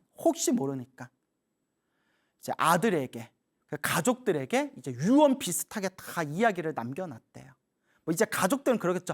엄마 다 잘 될 거야. 왜 약한 소리 하세요? 괜찮아요. 근데 이제 또 큰 수술을 앞둔 이 부모님 입장에서는 또 마음이 다르지 않겠습니까? 이렇게 이제 혹시 모를 일을 위해서 뒷이야기를 남겨놓고 또 이런 부탁을 했대요. 그 대선행 보살님이 이렇게 법화경 사경을 많이 하셨나 봐요. 평소에 그 한지에다가 당신이 직접 법화경 사경을 한 그 법화경 사경집을 나 관에다 같이 넣어다오라는 부탁까지 했답니다. 그리고 수술실에 들어가고 9시간 동안 이제 수술실에서 수술을 받게 됩니다. 9시간 정도 수술실에 있었다고 해요. 네, 이 불자님이 불심이 지극해서 그런지 아들님이 조금 범상치 않은 것 같아요. 그 아들 되는 분이, 대선행보살님 아들이 어머니 수술실 앞에서 그 9시간 동안 하염없이 그 약사경을 독송했대요. 약사경을 독송했는데, 이제 중요한 게 뭐냐면, 어떤 마음으로 기도했냐면, 우리 엄마가 병에서 벗어나고 우리 엄마 수술이 잘 되게 해주세요, 우리 엄마 건강하게 해주세요, 그렇게 기도한 게 아니라 이곳에 있는 모든 환자들이, 이곳에 있는 모든 병자들이 건강하고 편안하게 해주세요 라고 기도를 올렸답니다. 그러니까 우리 엄마만 낫게 해주세요, 이 마음이 아니라 여기 있는 모든 환자들과 모든 병 있는 분들, 병자들이 건강하고 편안하게 해주세요 라는 마음으로, 그렇게 그 몇 시간 동안 어머니가 수술받고 있는 그 순간에 하염없이 약사경을 독송하면서 연부를 했답니다. 오, 참 아드님 정말 농사를 잘 진 것 같아요. 정말 그런 마음으로 기도했다면 우리 대선행보살님이 참 아들 농사 잘 지으신 것 같다라는 생각이 들었습니다. 근데 전 뭐 누군지 몰라요, 아들은. 예. 그리고 대선행보살님이 회복실로 왔는데, 회복실에 와서 이제 건강하게 이제 마취해서 깨어나서 의식을 차렸는데, 대선행보살이 이렇게 눈을 떠봤더니 아들이 보이더래요. 그럼 뭐 이제 옆에 의사 선생님이, 자, 이거 보여요? 이게 몇 개예요? 이름이 뭐예요? 뭐 이런 거 이제 확인하지 않습니까? 이제 의식이 온전하게 이제 의식이 깨어 있는 걸 확인하고, 아들이 막 울면서 어머니 기적입니다, 기적이 일어났어요 이러더래요. 어머니가 뭐 어쩔 줄 몰라니까 아들이 하는 말이, 어머니 수술실에 들어가서 머리를 절개했는데 아무리 찾아도 종양이 없대요. 오, 소름 쫙. 종양을 못 찾았대요. 종양이 없대요. 결국 의사 선생님들이 그냥 오진으로, 이거 종양이 아니다라고 최종 판단을 내리고 무사하게 절개를 마쳤습니다. 어머니 수술을 마쳤습니다. 어머니 정상이래요 하고 아들이 막 울더래요. 대선행보살님이 막 어안이 번벙해서, 그때 꿈에서 약사열의 부처님이 나오셔서 내가 너를 수술해 줄 의사다, 그 꿈이 이 꿈이었구나, 그때 내 종양이, 뇌에 있던 혹이 그때 사라졌구나, 그러면서 대선행보살님이 아들한테 하신 말씀이, 야, 그럼 나 왜 수술을 9시간이나 받았냐? 이렇게 얘기를 하셨대요. 예. 그 대선행보살님이 저한테 이 이야기를 해주면서 눈에 눈물이 글썽글썽하면서 막 눈물이 이렇게 맺히시더라고요. 눈물이. 너무나 당신이 부처님께 감사하고 부처님 은혜에 감사해서 그 이야기를 하시면서 막 눈에 그냥 눈물이 막 고여가지고 눈물이 막 이렇게 떨어지시더라고요. 제가 너무나 감동받아서 그 대선행보살님 손을 이렇게 잡아드리고, 존경스럽습니다. 대단합니다. 제가 스님이지만 존경스럽습니다. 대단하십니다. 대단하십니다. 부처님 은혜 받으셨으니 뭐 원래 잘하셨지만 앞으로 더 부처님 은혜 갚는 불자 되시기 바랍니다. 정말 훌륭하시고 정말 대단하시고 정말 존경스럽습니다. 그렇게 제가 이렇게 이제 손까지 이제 만져드렸어요. 그래서 제가 보살님께 너무 감사드리다고 우리 소나무 우리 불자분들에게 정말 감동을 줄 수 있는 현재 진행형 이 가피 이야기를 전해주셔서 너무 고맙습니다. 제가 이 이야기를 잘 나눔하도록 하겠습니다. 라고 말씀을 드렸습니다. 여러분, 불보살님의 가피는 현재 진행형입니다. 1000년 전에 기록되어졌던 그 영험담과 가피 이야기가 21세기 지금 이 순간에도 똑같은 체험을 하신 불자님들이 부지기수로 많습니다. 저는 다시 한번 느꼈습니다.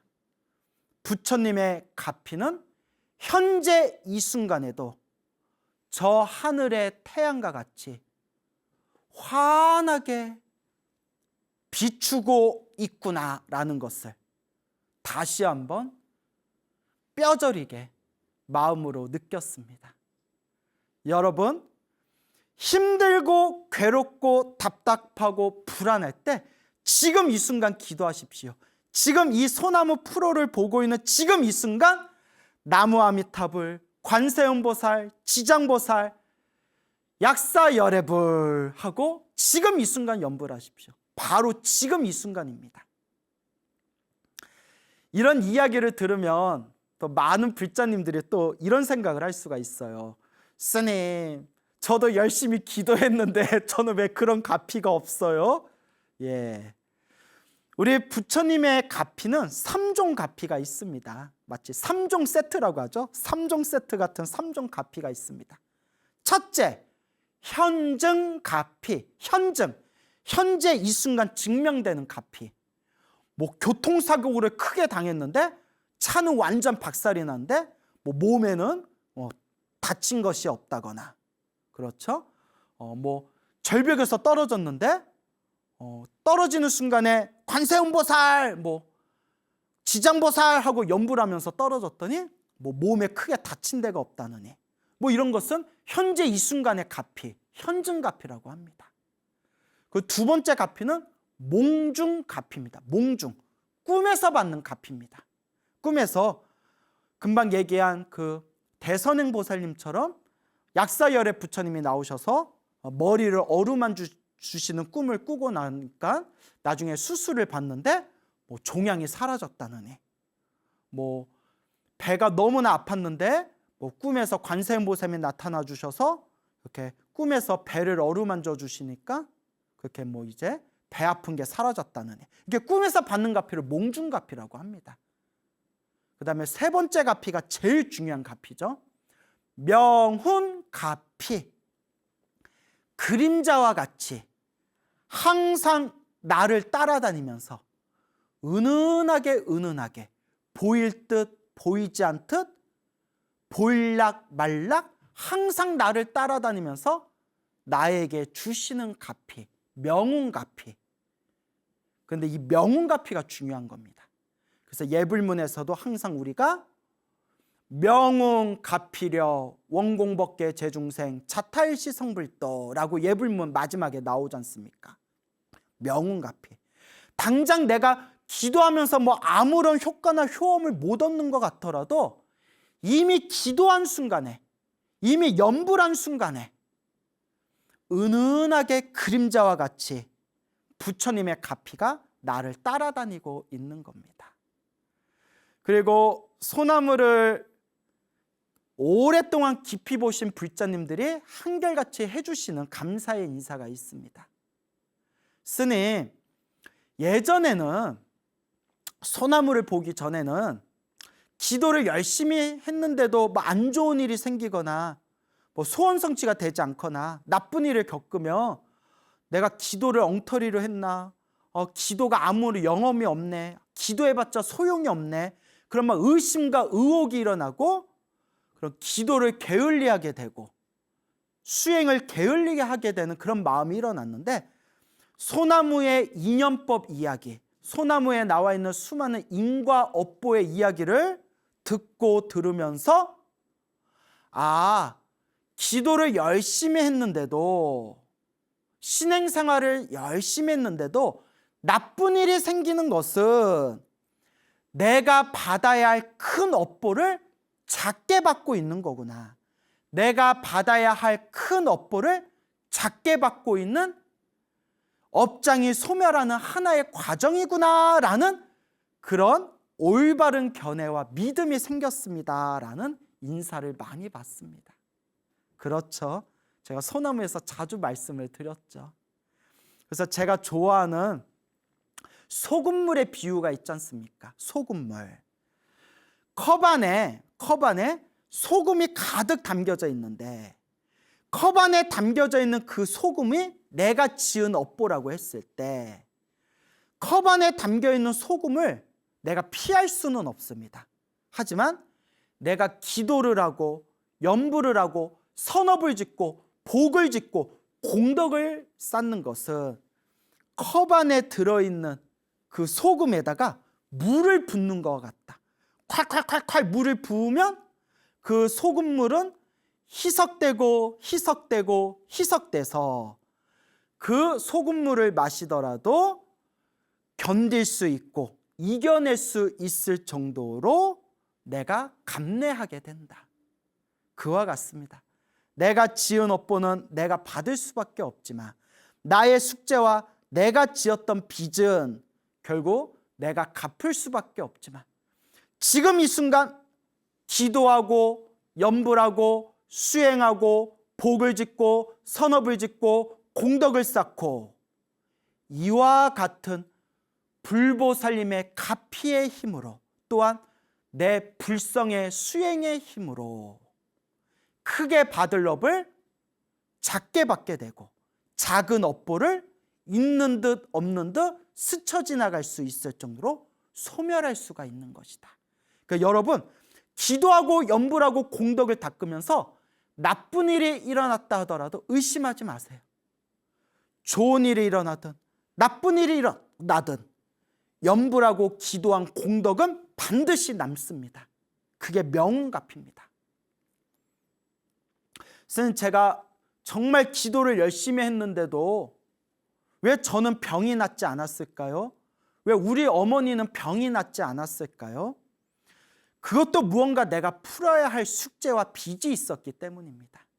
하지만 소나무를 오랫동안 보신 분들은 이 내가 받아야 할 업보를 크게 받을 걸 작게 받았을 뿐 내가 기도를 실패한 것이 아니다.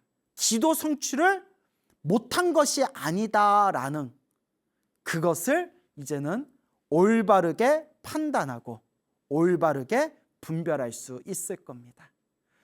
한 번을 염불하면 한 번 염불할 만큼 공덕이 쌓이고 한 번 기도하면 한 번 기도한 만큼 공덕이 쌓이고 내가 지은 복과 선업은 반드시 나의 공덕으로 돌아오게 됩니다.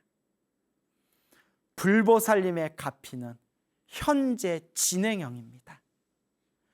여러분들이 인생을 살아가면서 한 치 앞도 앞날을 알 수 없는 이 인생이란 이 드넓은 이 길 위에서 여러분들이 살아가는데 힘들고 괴롭고 그런 어려운 고비를 만났을 때 의심하지 마십시오.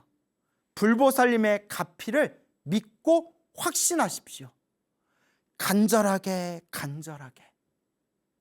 염불하고 간절하게 부처님과 보살님들을 간절하게 생각하시기 바랍니다.